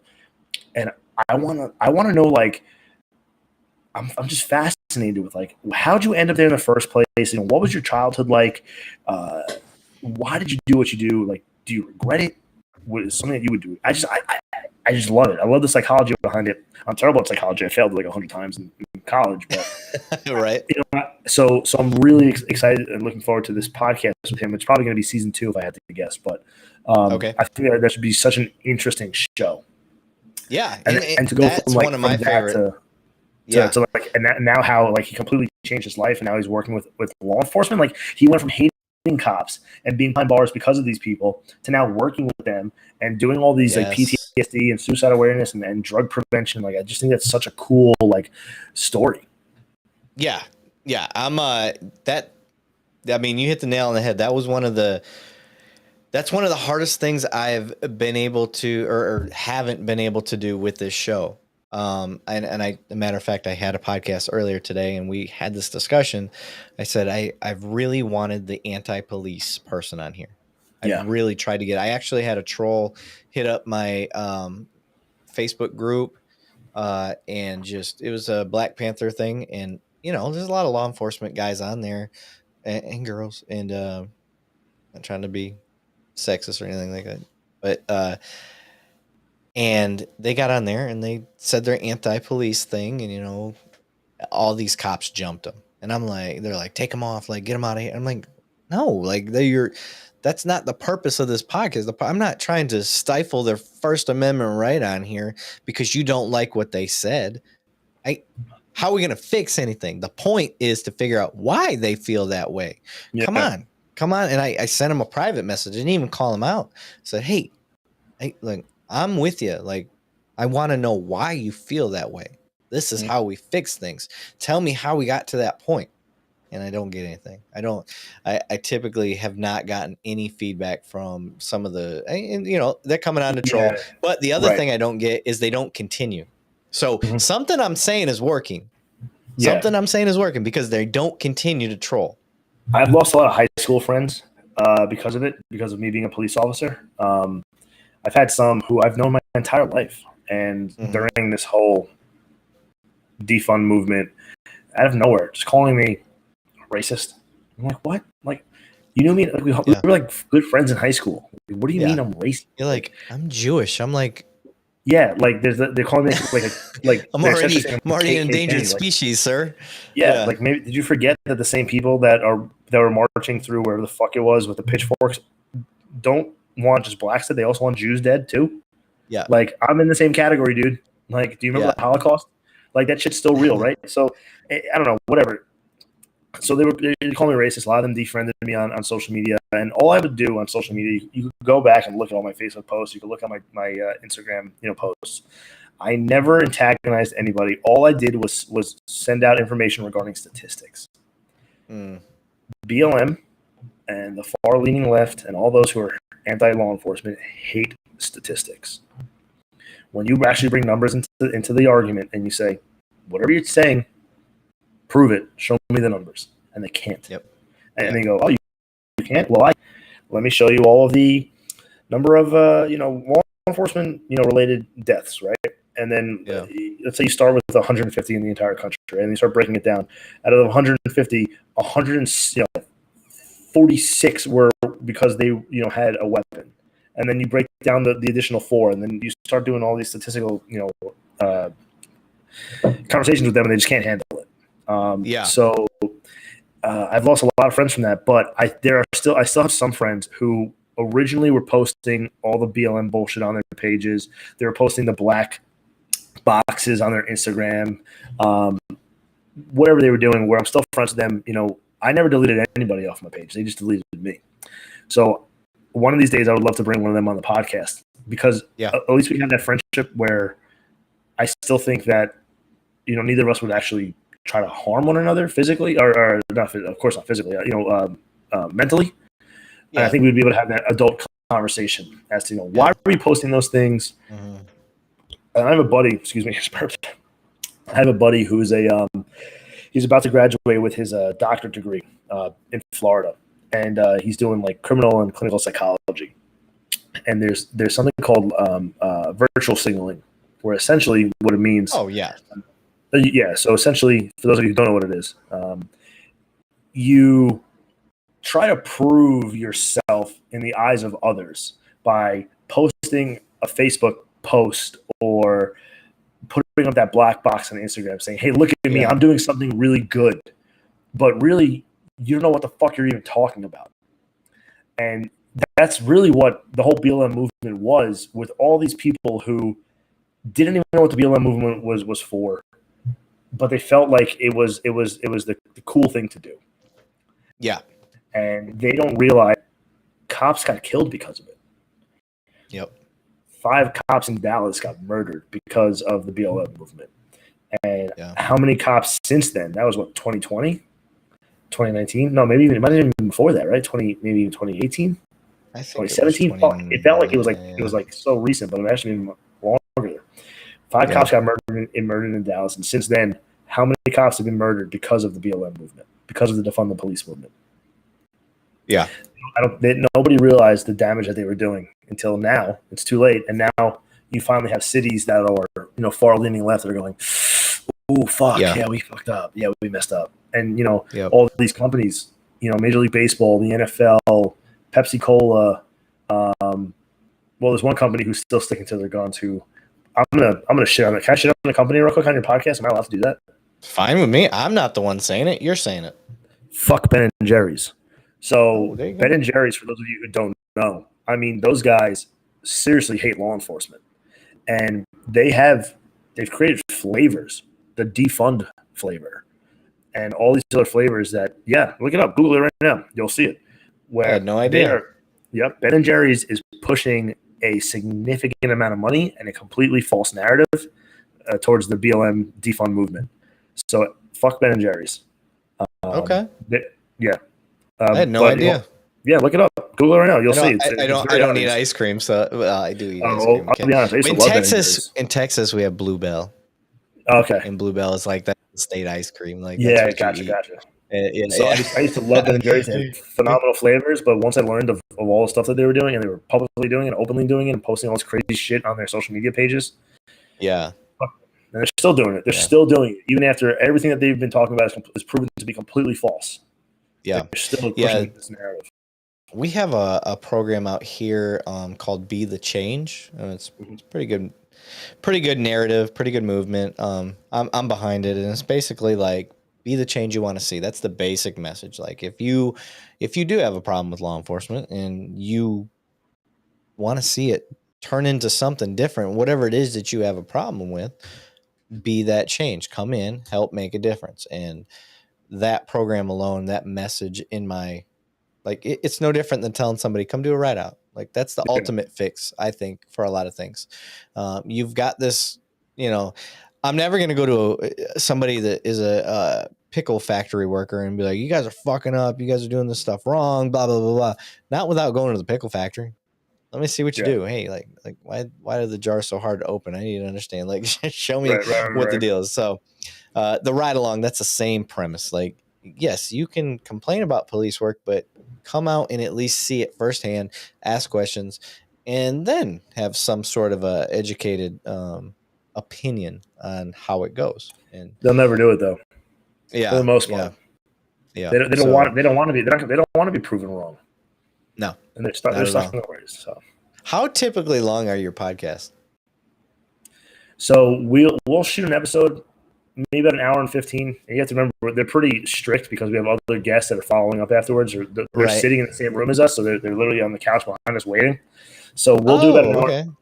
We'll do an hour and 15 to maybe an hour and a half tops, and then we edit it down to about an hour or so. Okay. It's never been 2 hours and 45 minutes long. But that's this is a great conversation. We've done nothing but talk straight either. You know what I mean? We're just bullshitting with one another. Yeah. That's why I try to tell people, I'm like, I can't edit. I can't because it's too. If it's fluid, it's fluid. I figure out when the natural progression, like when it's time to end it. I'm like, all right, cool, we're done, and you just kind of feel it out. But I was just curious because I didn't know how long you plan to make each episode. So you're trying to stay in that hour window, hour and a half. So Joe really bases everything off analytics, and for the most part, most podcasts are between 45 minutes to like an hour and 20. And I guess it's proven that that's what the most where people will typically listen. Yeah, I know you were telling me what your guests do, or what your listeners do is probably a little bit different than most. Is that they'll actually listen to like a half hour, then they'll go to work, they'll listen to another 25 minutes on the way home, then they're essentially listening to your show. It could take them a full week to listen to one show. Yes, but that actually could probably benefit in your favor because by the time they finish with one show, the next show is now released. Yes, exactly. And they go right into the next one. So for us, they listen to one show and they have to wait another 5 days before the next shows get released. Yeah. So if you're probably doing it the right way. We're probably the ones that are fucking it up. Yeah, it's just the feedback I've got from people that listen. And as far as the analytics show, is just people they download it and then they just pick it. They pick at it, and they'll listen to it. And I don't know that any of my episodes are completely finished ever. That probably doesn't happen a whole lot, but they sure as shit. The Blue Voice posted the date of the shooting. Oh no, Keith did. July 7th, 2016. That's when the 5 were shot in Dallas. I lost volume on you. Yeah, you're not. I don't hear shit. How do we lose volume on you all of a sudden? We might have to end it right now. He fucked it up. You did something. Too many Crown and Cokes. So the fact that we almost made it 3 hours without having any errors, if you would have seen all the shit that we did together to get this episode going, because we had a lot of trial and error. So I'm just curious what he's giving me the hold on a second. So if you're just listening to this, I'm not sure what he screwed up, but I hear ambient noises. Okay, can you hear me? Yep, you're back. Right. What'd you do? So I was getting really bad feedback from you, and it was the wires. I heard got bad crackling, so I had to take it out and put it back in. And then I forgot to change the settings back to Yeti Nano. So we are good. So we are back. So we're gonna make it to that 3 hour mark. Yeah, right. The Blue Voice said, "Austin, send me a link to your podcast or YouTube, and I'll post it to my page." I appreciate it. It's funny you say that, Blue Voice. We don't need to do that because I will show it to you right now, sir. I've got his stuff pulled up. So here is the Muster Room's YouTube page.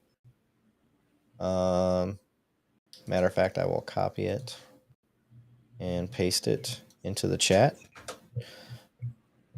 So there you go on that. And then here is the podcast itself, the page. And you got that. So go ahead, Blue Voice, and share that up. Please. I will take that down there. Hey, man. All one. What is that saying? Oops, something went wrong. Oh, he said he got it. Did it not send the... Let me try it one more time. I don't think it... There we go. The Muster Room... For whatever reason, it's not posting to Facebook. It will. There it goes. Boom. Okay. So now you've got the Muster Room actual web page. Awesome. So. Well, brother, I think we're at the 3 hour mark just about. Almost. We're almost there, yeah. I think we've hit it pretty good. Is there anything else that you got to get off your chest? Anything else you can think that we didn't cover? No, I don't think so. I think we spoke a good amount. This was a pleasure, man. This was a he said 12 I think minutes. they want us to. I think they want. You know what? Let's just do it. You want to? All right, you want fuck to it. go till we hit Down? 3 Yeah. hours? Let's go 3 hours. Yeah. Let's we go can do it. All right, we can do it. We got the gift of gab. So yeah, we certainly do. What I want to know about is Eric Potts. Okay, so he was prior law enforcement. So Eric did 25 years as a police officer and a detective, and he did 6 years as a police officer in the military. So he did 31 years of law enforcement in Jersey. He then retires, becomes a comedian. He's a very funny guy. Becomes a comedian, starts like traveling the country as a comedian with a bunch of other guys. Some of them are really well known, actually, that he was like opening up for. And some of his jokes, of course, were law enforcement related. Yeah. And then he, we got. I don't know how we got in contact with one another. I don't. Whatever. We just did. We found each other somehow. And he reached out and said, "Hey, he wants to do a show for us." And he did. And then we brought him up to Lake George for a few days, and he did some shows there during our weekend. And he's got a phenomenal radio voice. So he does a lot of voiceovers. Okay. And he's just a good dude and a great co-host to have. And like I said, he was a critical incident stress management peer support member for his department, and he went out to all these different critical incidents throughout the New Jersey area. So he's really involved in the mental health aspect of law enforcement, even though he's retired, but he's still fully involved. And he's a great co-host. He's just a good dude. Can't say enough good things about him.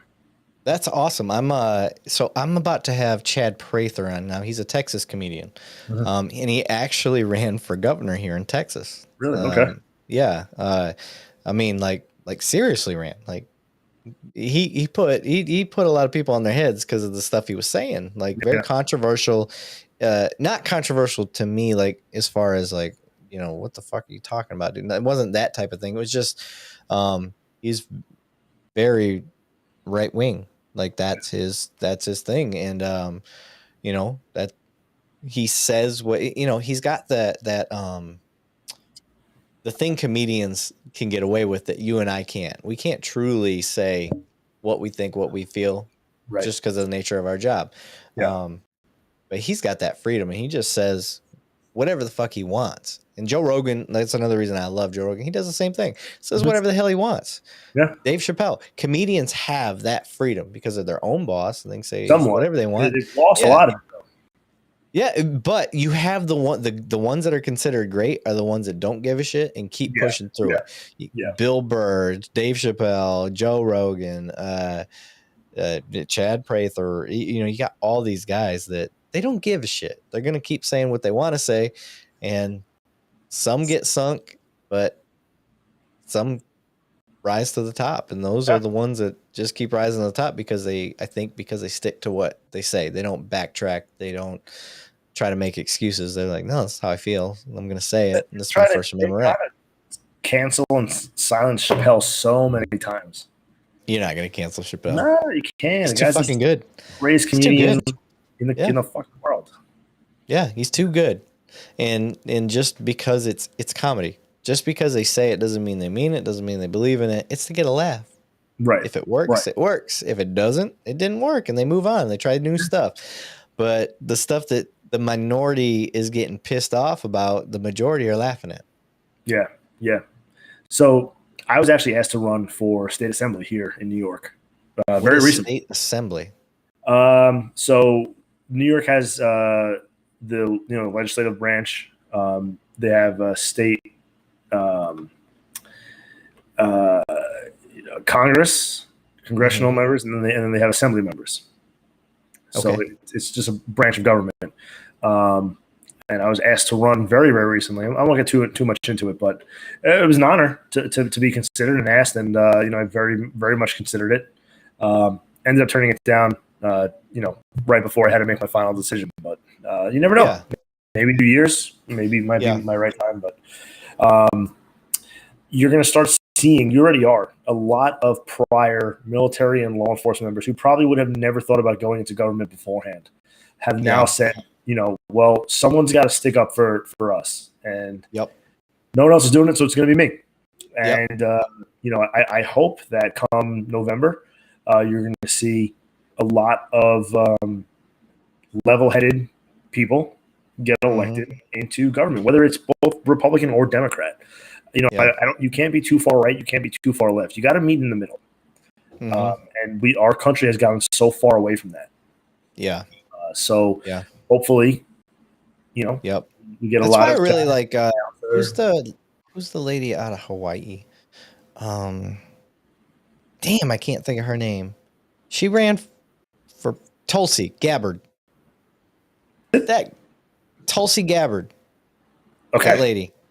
That's the definition of me. She ran Democrat, but she talked at CPAC. Like, she's willing to, you know what I mean? Like, she's talking at a Republican event because she understands. Like, look, just because we have different opinions on things doesn't mean we can't get together and come up with some common good. So I think that's the problem is the lobbyists and big big companies run the country. It's not the politicians. And it's whatever these companies want, they get. They want the divisiveness. They want the divide. Yeah. Unfortunately, that's the way it's going to be until you get enough people in power who don't care for that. Who aren't influenced. Whether I'm going to happen, I don't know. But and this is full disclosure on my part, which is for one, it's political suicide if I ever wanted to do politics, which I don't. And two, it could be career suicide, because I fully intend, even when I got into police work, I want to be a chief or a sheriff or something, because I want to affect change. And I've taken that path to do those things. And this is part of the podcast thing, is like, it's another thing. But however, if you're going to take me, you're going to have to take me for the personality type I have as well. I swear. I like to have a drink. I like to bullshit back and forth. I have a sense of humor, dark sense of humor, however it goes. But hey, we got a troll on right now. That's fine. Oh, do we? Cops, I'm going to share your words, sir. Cops are ACAB. Are liars. Oh, I didn't see that one. There we go. He also thinks Bitcoin's a scam. I actually have a good amount of money invested into cryptocurrency. Do you? I did not get into Bitcoin because Bitcoin. I got a little bit of Bitcoin, but I have I have a good amount in a bunch of other cryptos. I think crypto is certainly the future. Same thing with the metaverse. Within the next 10 years or so. And I've been saying that since day one. I've been involved in crypto since 2017. So I've been through. I have Dogecoin. You have Dogecoin. So I got into Doge when it was 2.5 cents. I got into it when it was 0.00 something. Oh, good for you, dude. I just dropped $150 and just left it. That was it. Good. You made a good amount of money. But to get back on point, Bitcoin is a scam. If you're still listening, I fully welcome you to be on my podcast. We'll discuss whatever issues you have with police work, and let's see if we can't fix things, make things better. Yeah. And that's me. No bullshit. Like, if you genuinely want to be in, message me, and we'll talk it out, man.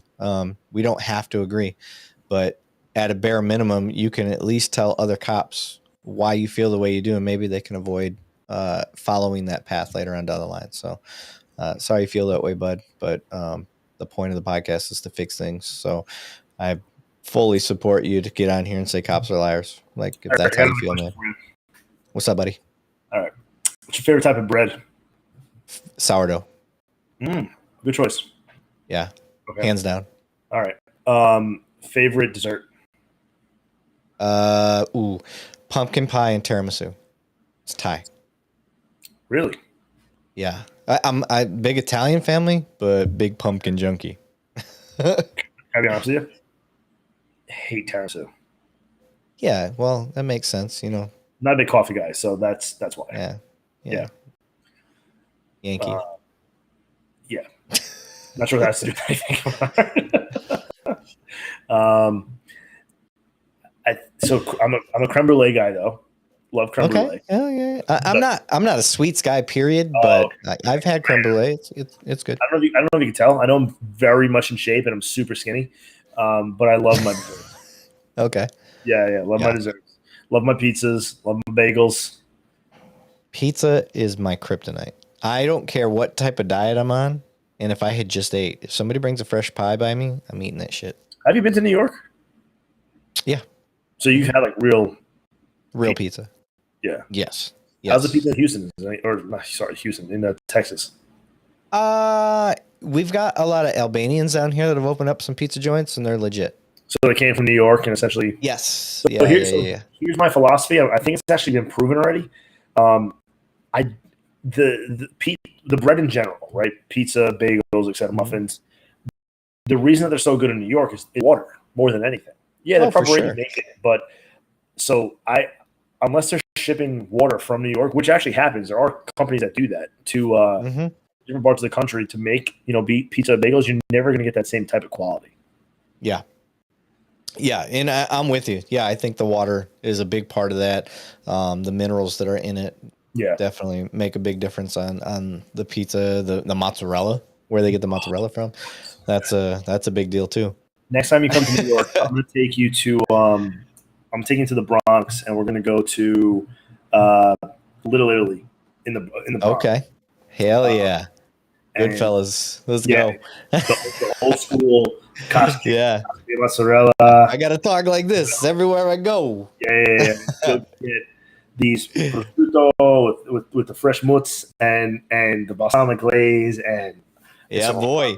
Rock your world, man. They're unbelievable. Yeah. Italians. Yeah. So if I don't know if I fit your podcast mode, but yeah, definitely come down and come down, hang out. You'll be on not my podcast, but we'll get you on the OnlyFans. Yeah, definitely. I could lose my shirt in a second. Yeah. I'm sorry. I'd be very pasty white, but that's okay. Wear your sunglasses, ladies. We'll use you as a back. Or guys, whatever. But hey, bro, we hit 3 hours and 1 minute. We made it. We did it. So we done did it. Well, we done did good. We did. We done did good. I'm gonna give right here, because we're gonna end it. The Mustard Room podcast. I've got the YouTube channel up right now, so you can check it out there. We also have. Don't forget about Law Enforcement Weekend. Please. Again, if you guys are Mets fans or just want to come and hang out for the day, we got tickets still available for the game August 27th. It's Law Enforcement Appreciation Night, hosted by us. We're throwing out the first pitch. We're also going to we're taking over Coca-Cola Corner at Citi Field. $120 gets you the ticket. It's also Old Timers Day.